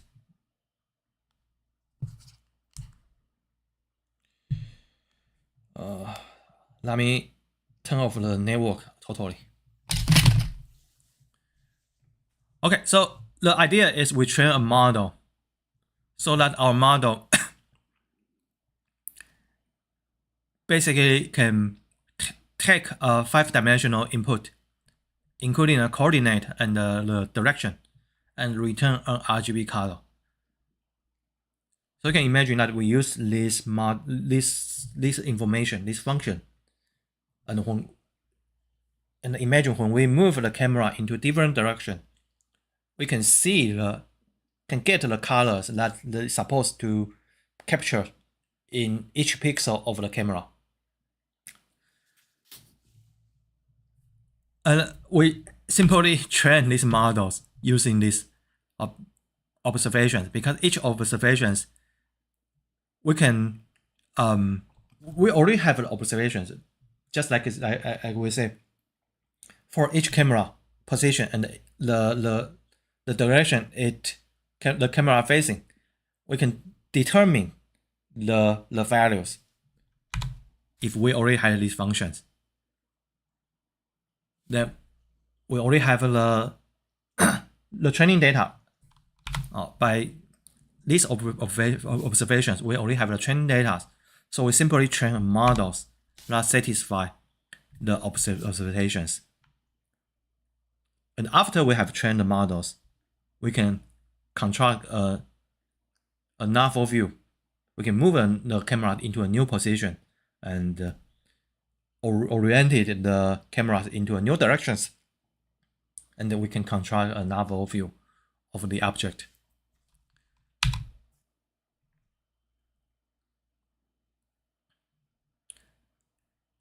It may still require some to decide how to actually render the image from this result, because you have some distance or some other things you need to consider. But you can check the paper detail. But after you decide, the training is pretty straightforward. It actually uses some MLP. The model is for the original paper. The model is indeed MLP, just simply MLP.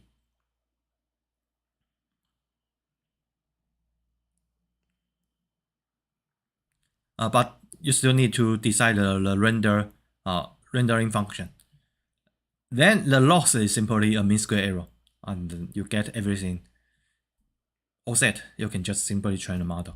The only difference is how many samples you need and what is the result or limitation of the angle of the camera. Because obviously you cannot move the camera outside the object. You will see maybe nothing or even some strange things. So you definitely have some limitation of the camera position and angles.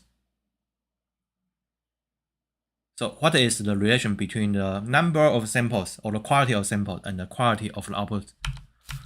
So one example here is that if we have single object here, like this drum set, and we have 100 images, this is something you can expect it to be rendered. And another thing is that this rendering is very fast. Comparing to the like a ray tracing or other 3D rendering method, this one can be done really quick. The Gaussian splatting can be even faster. But in general, this method comparing to the ray tracing method, it can be very fast. Also, that's another advantage of these models. This one is some quality comparison of these models, more like a ablation study. So this one is the complete models, and if you don't have a field dependency, the quality is worse. And if you don't have a positional encoding, the positional encoding is kind of like the transformer positional encoding. It uses some sin cosine things to do that.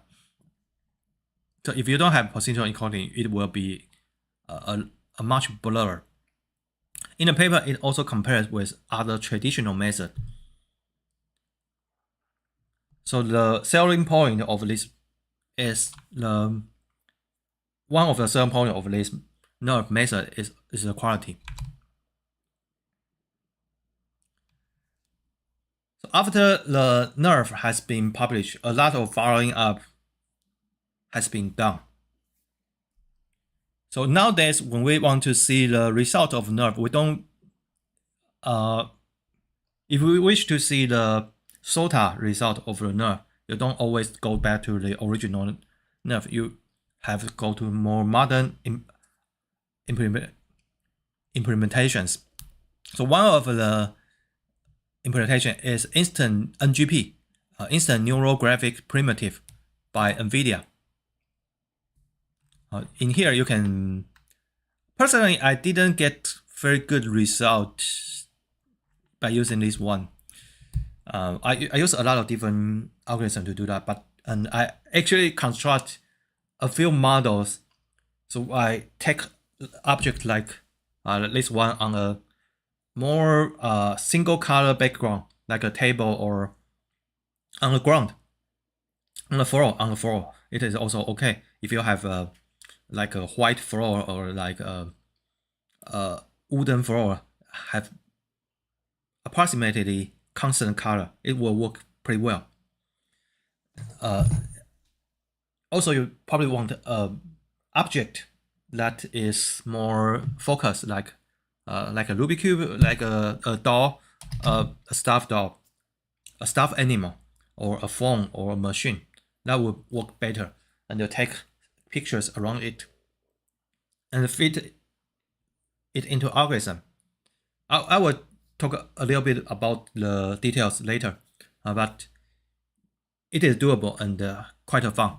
I believe there are also some apps already that you can use the app directly and more convenient. But as a you are more like a researcher, so it would be nicer if you can find some GitHub repo and do it yourself. You can learn a lot of things from it. I learned a lot of things for doing this kind of things.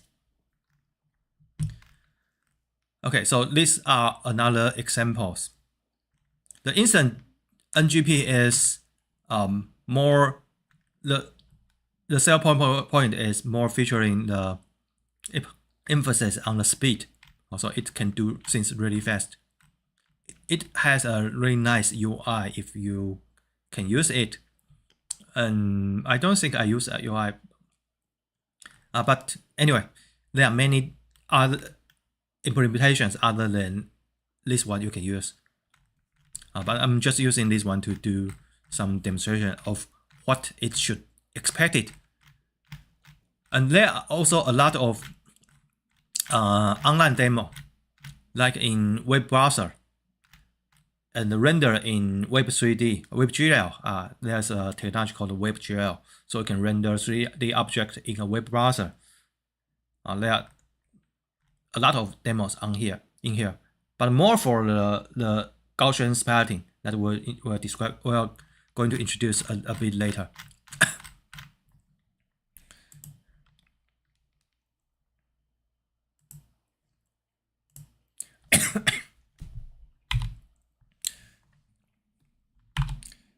Okay, another competing technology and similar technology is Gaussian splatting. This one kind of more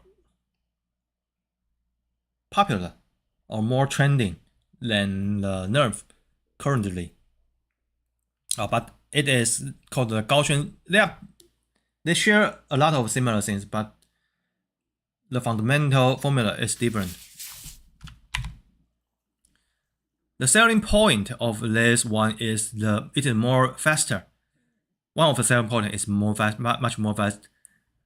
When rendering, it can do 93 frames per second, and the training can be down to 6 minutes or 51 minutes. And the PSNR is better than other models. So it can have some trade-off between the training time and the quality, or the time and the quality. The time including the rendering time and training time. But overall, it seems to be a pretty good choice. We will see some examples a little bit later to see the advantage of it. I think something I particularly wish to discuss, but I don't think I put it right here. Okay.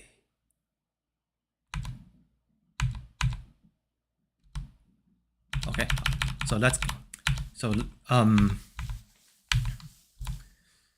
what is 3D Gaussian splatting?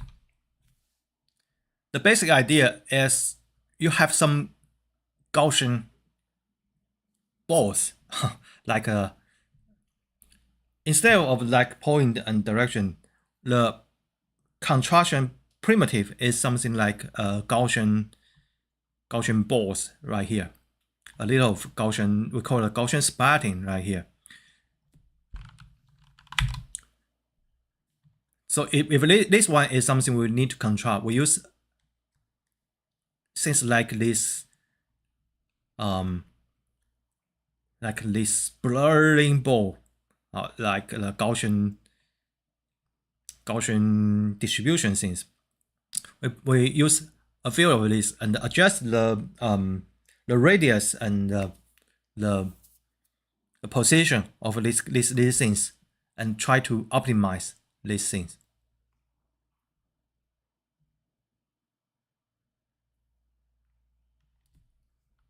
And it uses some like clone or split things to do some procedures to fit the things we want to fit. So by using this as a primitive, we can have a representation of the actual 3D object altogether, not just the camera view point. We can actually have the column of what the 3D object actually occupied.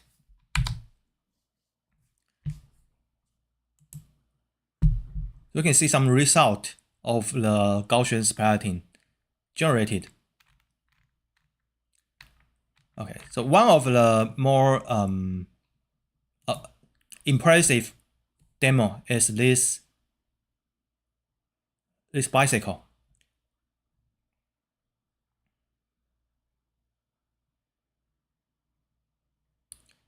Especially you should see like on the wheel.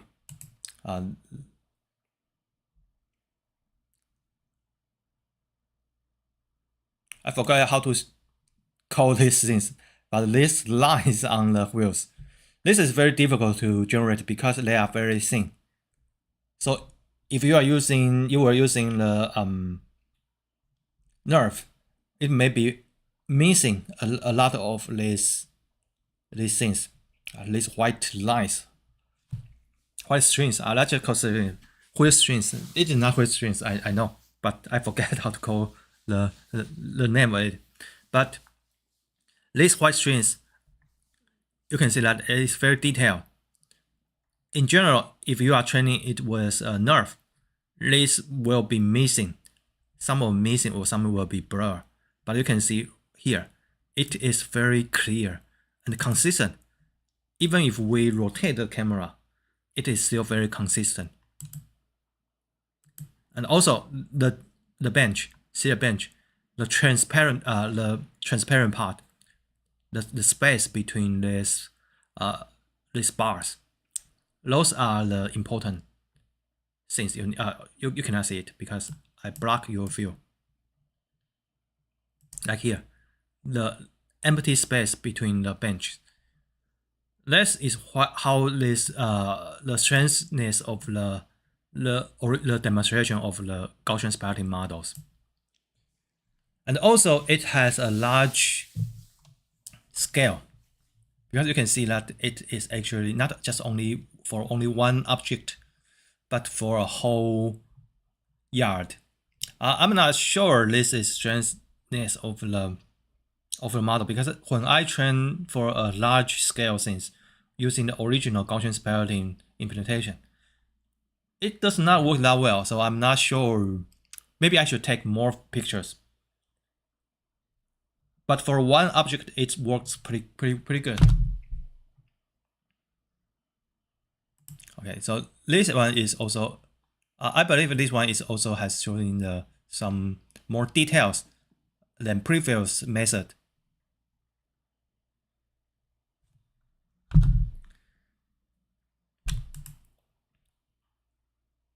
And this one is also showing the detail.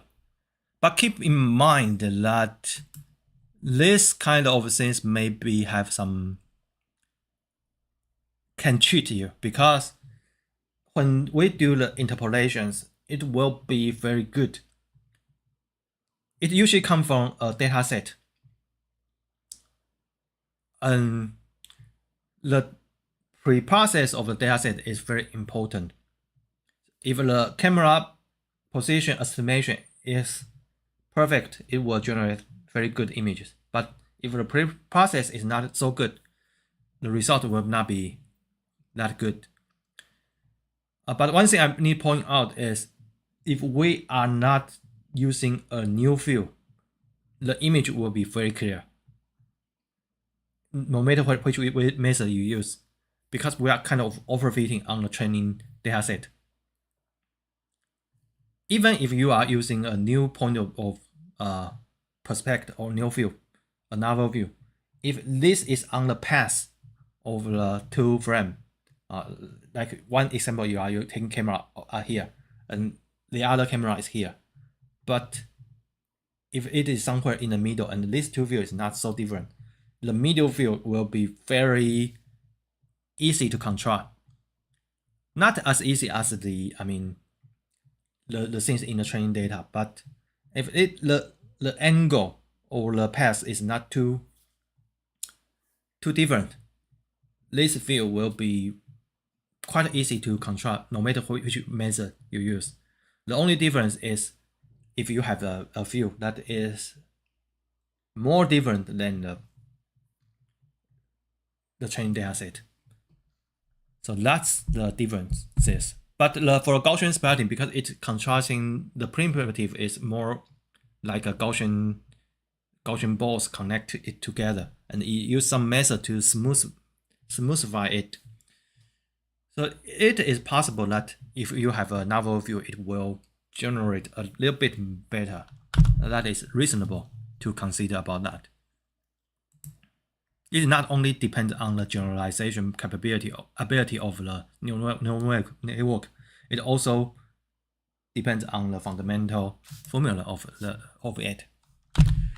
More, you can see that here's some comparison. Okay, here's something that we can actually see the wheel string that I was mentioning about.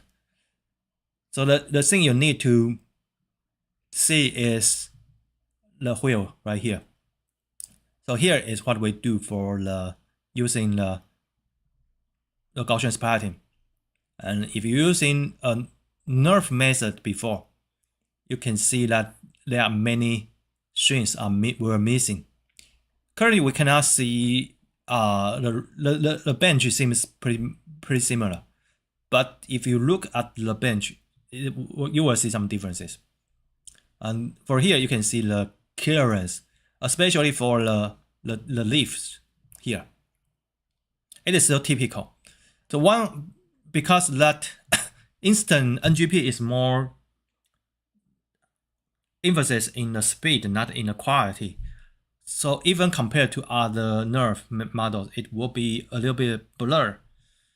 But still, it kind of emphasizes the differences and the strengthness of the Gaussian splitting models is on the things that with some space or empties between the object, like the leaves on the tree. For more solid object, because we are only comparing with the instant NGP, which is toward the low quality side of the models. So you can see that the details or the color is different. And subjectively, you may think that the Gaussian splitting is better. Another interesting is about the reflection, like on the glass here. It is compared to the ground truth. You can see that the ground truth has more fraction, but the Gaussian splitting still missing some fraction. But it also has some fraction, but just not so vivid like the ground truth. Here's another comparison with the image generative qualities, rendering qualities with other previous models. It is also a 2022 model, not too old. The nerve is like 2020, late 2020, early 2021. So you can see the differences of the generative qualities.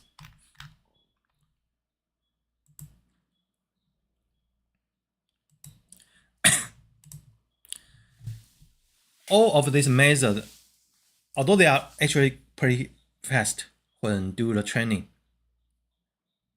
because most of we are training a model from scratch. There are many methods to improve it, but we'll talk about a little bit later. But the training is considerably fast because we only have even if you have 1,000 image or 10,000 images, it is still a small data set, and it is not a huge model. So when training with it won't take too long time to do so. However, the pre-process may take a lot of time because we need, if you only take the images with your phone, we have to do some camera position and orientation, the angle estimation, and we need to calibrate the camera. That takes some time. Usually people use the CodeMap to do so. It is an open source project that to do the SMFM, that is structure from motion or structure from motion pipeline. It implements many different methods, but you can use it to generate the required image informations to training a nerve or training a Gaussian splitting models. Here's a thing to illustrate the usefulness of it.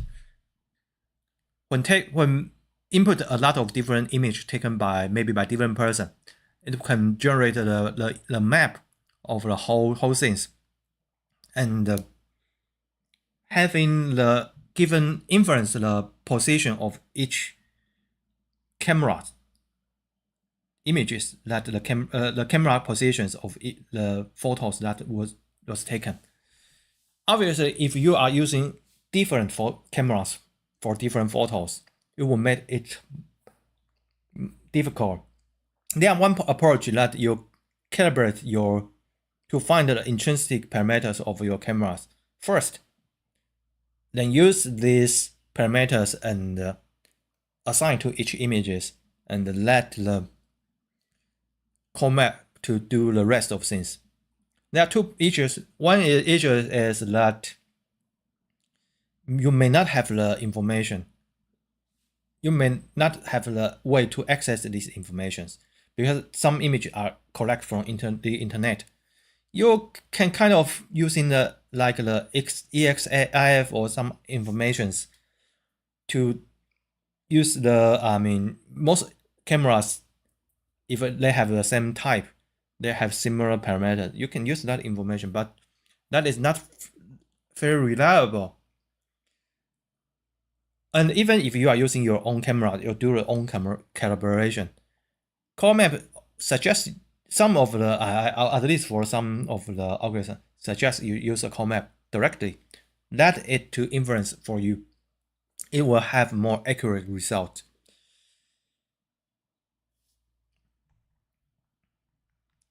So it is actually quite fine to use it. You can do some options like provide some information to help the core map to do a calculation, to do the analysis. Like you can tell that, okay, every camera is from different image. I mean every image is taken by different camera, or you are using only one camera to do all the photo shooting, those kind of things, and some parameter to run the algorithms. One thing I have done using it for fun is to generate a map from a 3D game, either for my own video recording for when I play a game, or from a YouTube video. You can use these videos to generate to do the camera position estimation and reconstruct the point cloud of everything.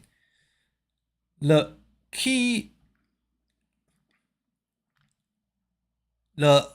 intuition or the key idea of this algorithm are usually just using some key point landmark detection algorithm for each images and do the matching.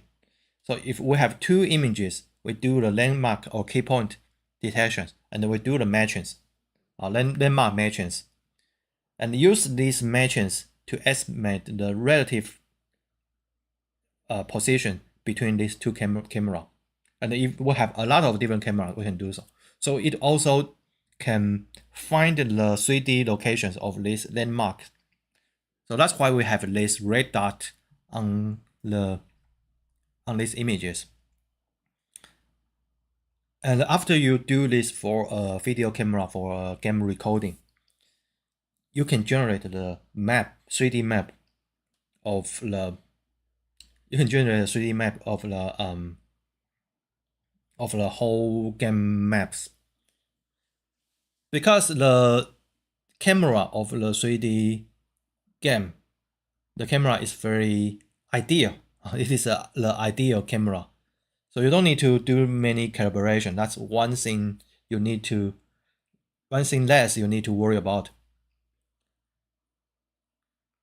Another thing is if you are working on some games like Minecraft or some like online games, usually it will have some edges that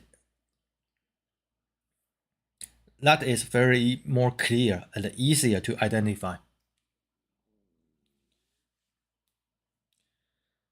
Although there are very photorealistic rendering in modern games, but still a lot of games that use some like cartoon-like rendering, or some like online games, it doesn't require use some more geometric or more unrealistic method style of rendering.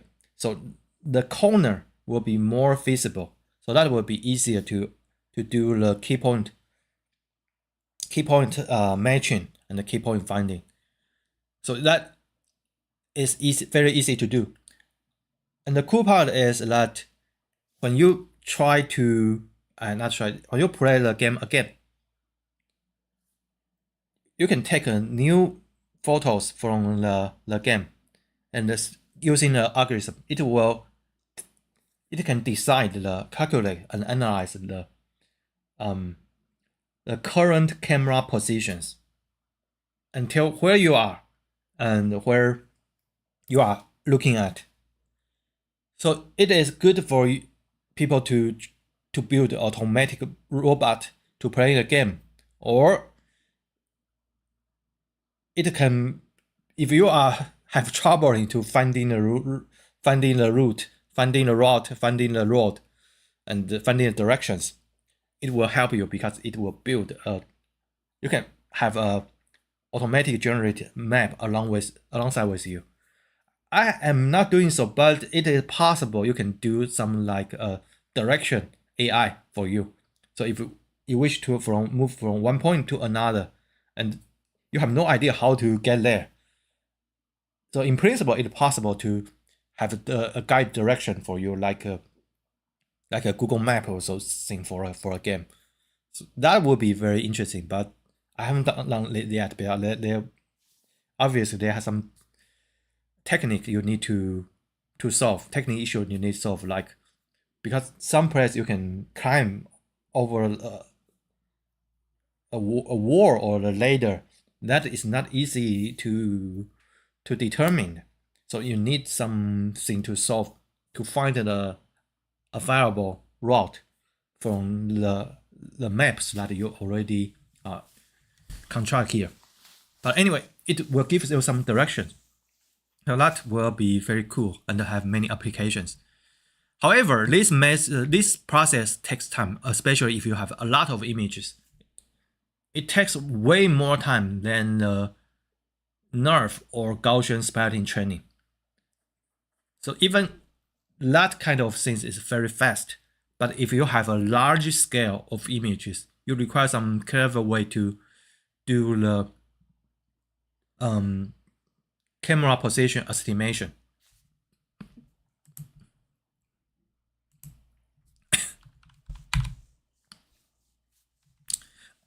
So there are many methods which to get rid of the call map to do it directly. This is just one of them. This is call map free 3D Gaussian splatting.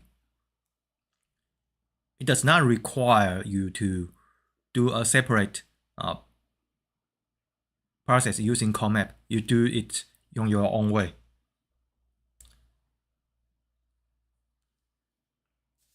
So there are many different applications advanced in this kind of area to make things faster and easier, to be more independent without the dependency on the call map.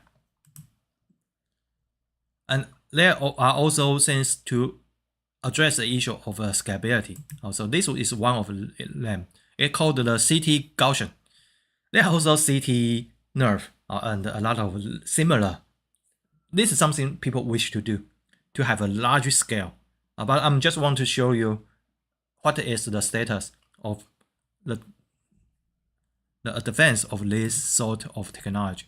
So this is one very large scale. You can imagine it may use something like LOD, level of detail, which people use a lot in modern games, 3D games, or level of detail. Maybe you can try rough models first, then have a detailed models later, so you can have whole cities, so that you can overcome the efficiency issues. I'm not sure how it does. I'm just guessing. I didn't look into this paper, but I know a lot of. This is not one area I'm particularly expert of it, but I'm still following the advance of it. So in this paper particular, per se, I am not familiar the method it used, but you can imagine one way is doing some hierarchy things. like a level of detail things. And maybe another way to do so is to attack the problem directly. You have thousands of images, like millions of images. Thousands of thousands is a million. You have millions of images, but you find a clever way to do all the things more efficiently. Maybe that's another way to do so. I'm not sure how it does, but obviously there are several approaches to do so, or like a more hierarchy level of detail things, or just find some clever way to speed up the algorithm and make it converge faster. Or maybe something like a mixture of experts. This one is perfectly for a mixture of experts, right? Because we can have a more straightforward way to split the input space by maybe directions or the locations or like details. So it is a perfect. We probably don't even need to train a get routine. The get can be, the get can be using algorithm to design the get, and we simply using a mixture of experts to do so. So there are many obvious ways to achieve this. I'm not sure how it does, how this paper does, but well, you can see that people can already do things like this one. This is another example. I really appreciate the detail it provides. It seems really nice. And also, if you combine these kind of things with the character, like if you have probably have already heard of Figo, like you can replace one person with another one. So if you have a video of some people, if you haven't do this before, let's just do. I done it on the. You can join it on the Discord, pretty easy. But yeah,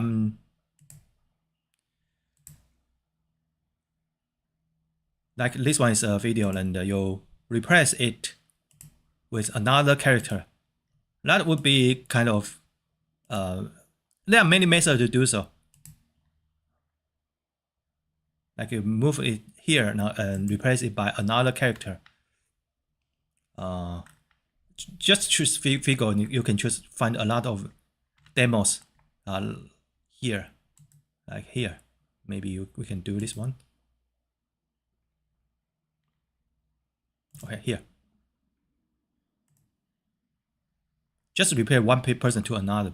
That would be kind of easy to do, and another to although the result is not very nature.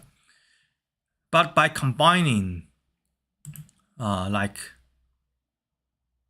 this one, wait, not this one. By combining, say this one, you can imagine that we can put a character into here.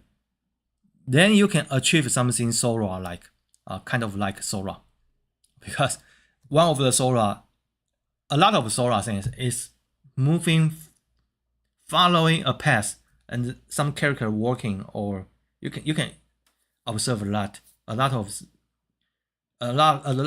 things is the camera is moving along something, and some character are walking or moving. So one theory is that, one hypothesis is that Sora trains with a lot of video game, 3D rendering video game. So that's kind of look like a 3D video game can be produced. But I think another possibility is it combined with something like this one, and control the videos moving, and putting people on it. It can also work. And anyway, it is very possible that in the near future, people using these sort of technologies in a game. Not the things that we talk about, that the very interactive way, like using text, like the text, the chat with your chat transcript with the AI, and using this transcript and use conversation to generate new areas, but more like more artistic way, like people, designer, to use this technology to incorporate the real cities, real Photoshop with some 3D object, kind of like a movie, special computer CG special effect, but in a game.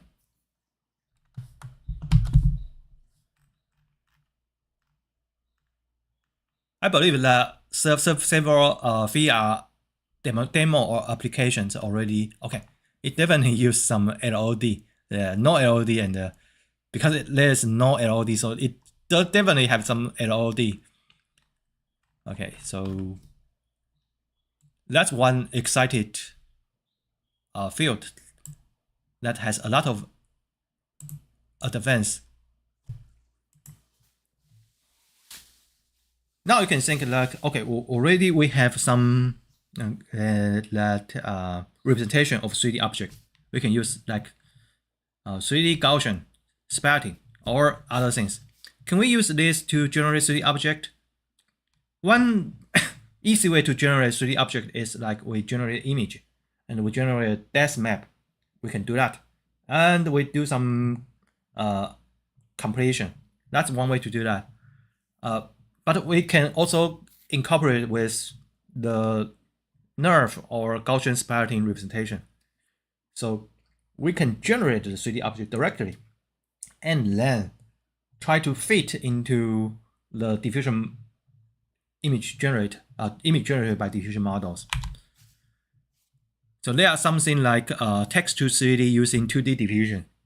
This is one thing like called the dream fusion. It's one of the classic methods. Basically, it uses I probably have a here. It uses a nerve. That dream fusion is before, I think it's before Gaussian splatting. At least I know this thing before I know Gaussian splatting.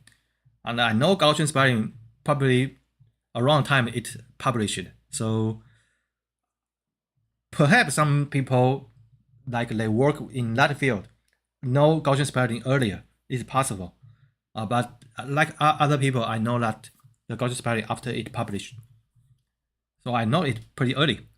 So this one is, you can consider this one is period to the Gaussian splatting. So it uses the nerve to represent the 3D object.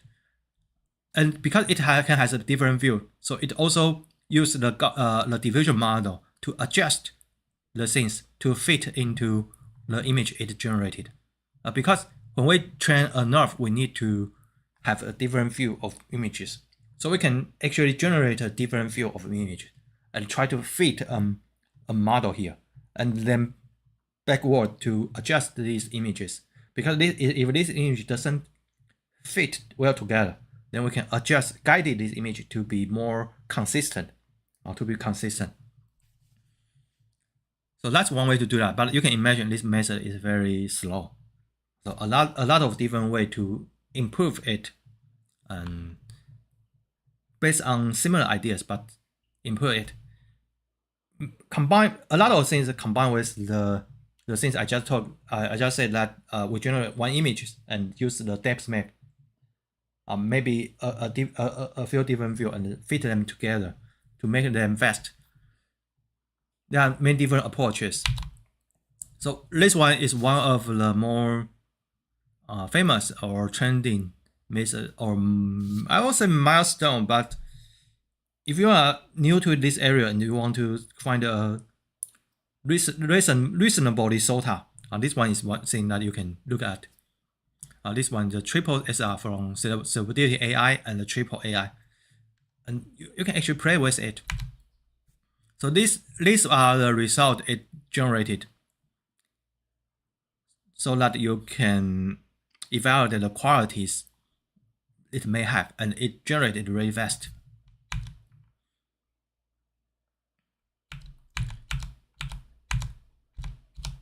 Do I have? Okay.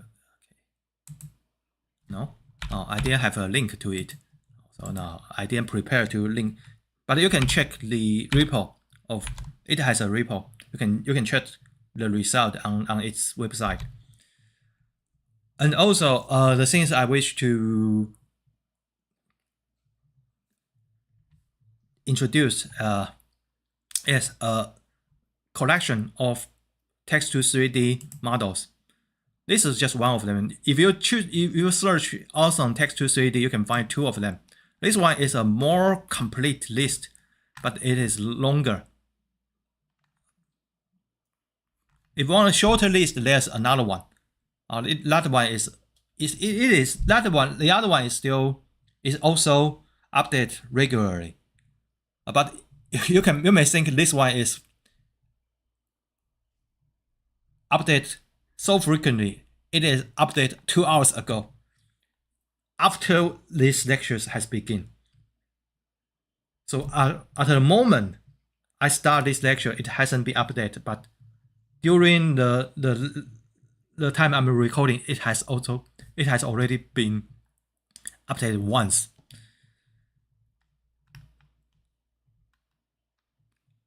So it has a lot of material, but there's another one. If you just simply search awesome text to 3D, you can find another one. It is more shorter list. If you are kind of lost in this list, you can go to the other one.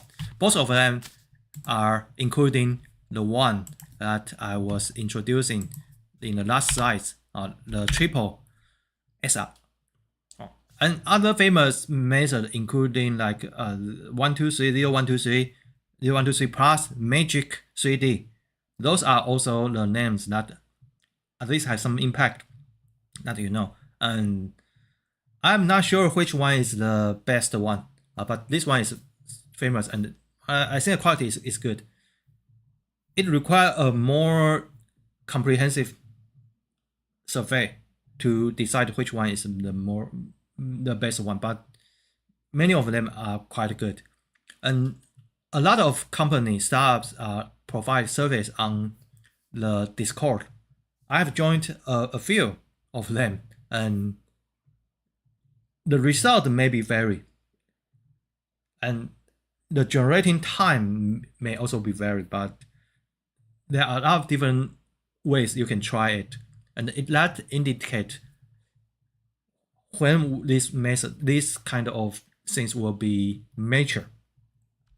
So I think it will be mature pretty soon, because a lot of people put a lot of effort on it, and currently it already have certain level of success.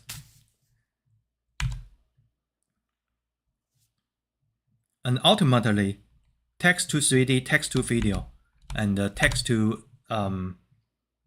text model, image model, and every multimodal models will be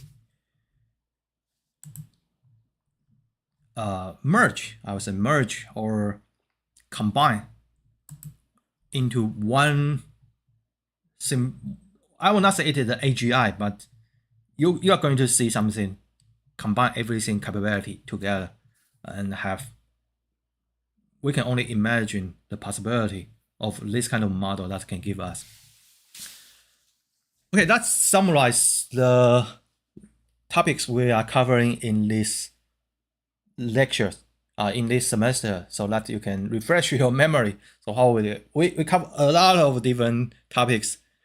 They are all sort of related and has their contribution, although some of the methods are more popular than others, but all of them can give you some inspiration, or when you do the new research, even some method is kind of old, but you can still use them, utilize them as part of them, like the autoregressive model, although it is very has a long history, but even if the modern transformers can be considered, a GPT can be considered as autoregressive models. And also like a mixture of expert, it can go back to 1991, have a very long history, but it can be utilized in modern large language models, and even with the possible potential application in the large scale Gaussian separating models, you can apply this idea in it. I haven't seen it. It probably has someone has already done it, because like I said, I'm not expert of it, but it is possible someone already implement the idea or mixture of expert on Gaussian splatting, but maybe not. Then maybe you can do it. Also, let's summarize this method we have covered. At the very beginning, we start with autoencoders because autoencoders are easy to train, and it's a very easy step that you can start with. There are not many things you can go wrong, and the idea of it is still used a lot in recent research, like mask autoencoders we have probably discussed in last week, and also it has some connection with PCAs. I think we have a homework of autoencoder that you can train and to see how you can things you can achieve, and it serves as a very good baseline because it is easy to train. So by using it as a baseline, when you try to use more modern models, you won't fall into a trap that you think you are achieving the SOTA because you are using the latest techniques. So SOTA cannot solve this question because you have a lousy result. When you compare to autoencoder, you are always be able to get a very reasonable result. So if you cannot beat the autoencoder, then this is not the fault of the method. This is you did some mistake, maybe some easy mistake, or maybe some mistake that is more subtle, but you have some mistakes. You didn't do it right. You didn't give the method has let the method to achieve its full potential. There's something you can fix to make this algorithm works. The more demonstrating things is you using a modern method, you are achieving something a little better than autoencoder, but not much better. Then that is something you need to worry, because it is possible you do things right. It's just modern method doesn't provide much benefit than a vanilla autoencoder. So that is something situation you need to worry about. But if you are using modern method, you are getting a crappy result, even poorer than autoencoder, then that's okay, because that is your fault. You didn't do it right. And we also introduced the auto-regressive model mostly for the homework is probably for the language models, that the character level. That is one of the homework or example I wish to actually play with, because that from that kind of experience you have a full feelings about what the large language model do, and what is the difference between large language model or the simple like a statistical method or the LSTM models. So you can more appreciate of the achievement or advance of this new method, and also understand that simple ideas can achieve something sort of surprisingly well. And also we introduced this method can be used to generate image also, because a method can do, because no matter what it is an image or text, they are all just data when I watch. In principle, we can use same method to do that, but because they are different, so we should treat them differently. So that's the twofold. One is they are the same, and the other is they are different. You appreciate that they are the same, and you also appreciate the differences between them. For the more theoretical side, we introduce the VAE and the generative flow.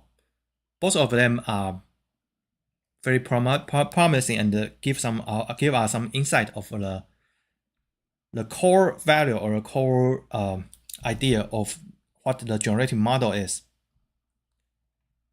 Also, the generative flow is also has some connection with the from matching method we discussed, which introduced last week. And we put some effort in describing the generative adversarial networks. Probably not as much as previous semesters, but we still put some effort introducing many different approaches. Although diffusion models is more, I should say the diffusion model wins. The diffusion model win currently because they are more scalable. But still, generative adversarial networks, the idea of it is still very plausible and useful. It can help you to solve. It still serves as a very solid method that you can use to solve many different problems you may or issues you may facing in different situations. And we kind of cover the most important variations and the concept in the generative adversarial networks. We probably skip some of the more theoretical part, but you can watch the previous videos in previous semesters. Also, the thing that we securitize is because we are more focusing on the more modern things like diffusion models and the mathematical theory behind them. And we also introduced the style gain. It is still SOTA. It is one of the best game available, and although diffusion models shines more in recently, there are still many applications the style gain can do as good as. And also for style gain 2, the modulation idea is still very useful. That is very similar. This used in the style gain 2 use the modulation method to do the condition things. It's very inspirational.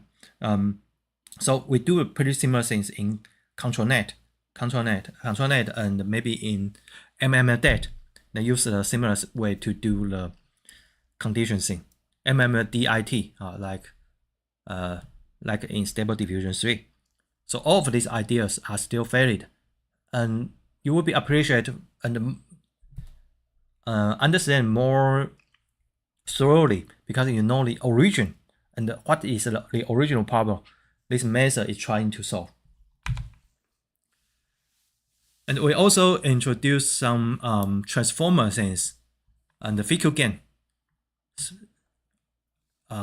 Also enjoy FQ gain. FQ gain has a lot of impact in modern diffusion models, but we also introduce a large language model in general, and we have one homework that you can use a simple to train a small like a GPT model from scratch using character level dataset.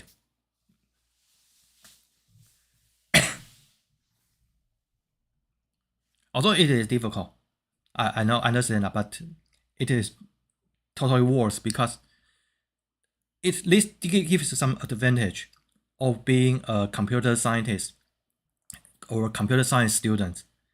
So what is the advantage of a computer science student than other people when we are facing when a company wish to use a generative AI?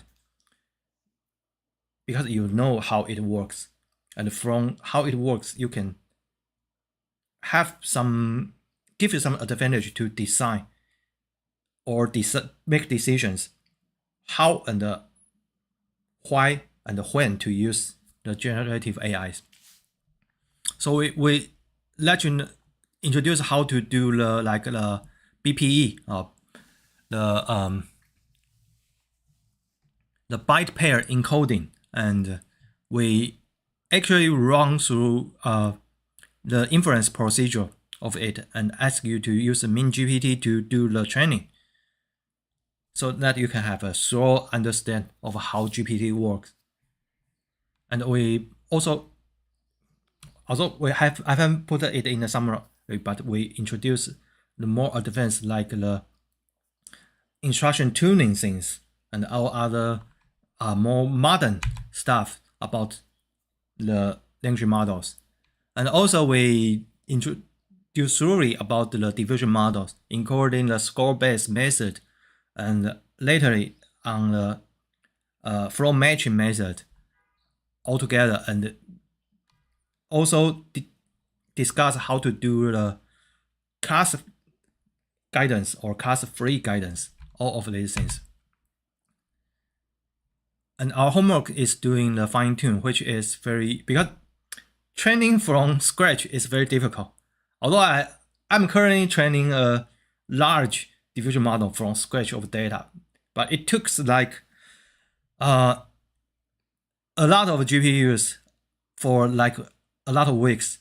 Although I'm motivated to make it training much faster, but I don't think I'm doing it in the most correct ways, because I don't have enough resource to do the enough experience to determine which method is the best. So I'm pretty sure I'm not doing it in the most efficient way, but comparing to the standard way, it is still faster, but it still takes like hundreds of GPU days. It still takes like hundreds of GPU days, at least hundreds of GPU days, to make it to produce even some like stable diffusion 1.5, 1.4 level things. And in the last 3 weeks, we are talking about, we discuss a lot of new advanced and very exciting advance of models. This is just a few examples, like the LCM, which is very interesting. And so that you know that the method or algorithm we talk about, like diffusion models or GPT, those things, although they are not old, they are developed like in the last 3 years, but because the field is growing rapidly, so they are not considered as the most trending or new method. So I'm showing you some more exciting and new potentially good approaches that you can see that. So and I hope that can encourage you to explore more and more different advance in these areas. Okay, so that's the whole materials we cover in this semester, and I hope you have enjoyed the materials we are discussing about, and hope you everything well. Also, that's it for the materials we are covering.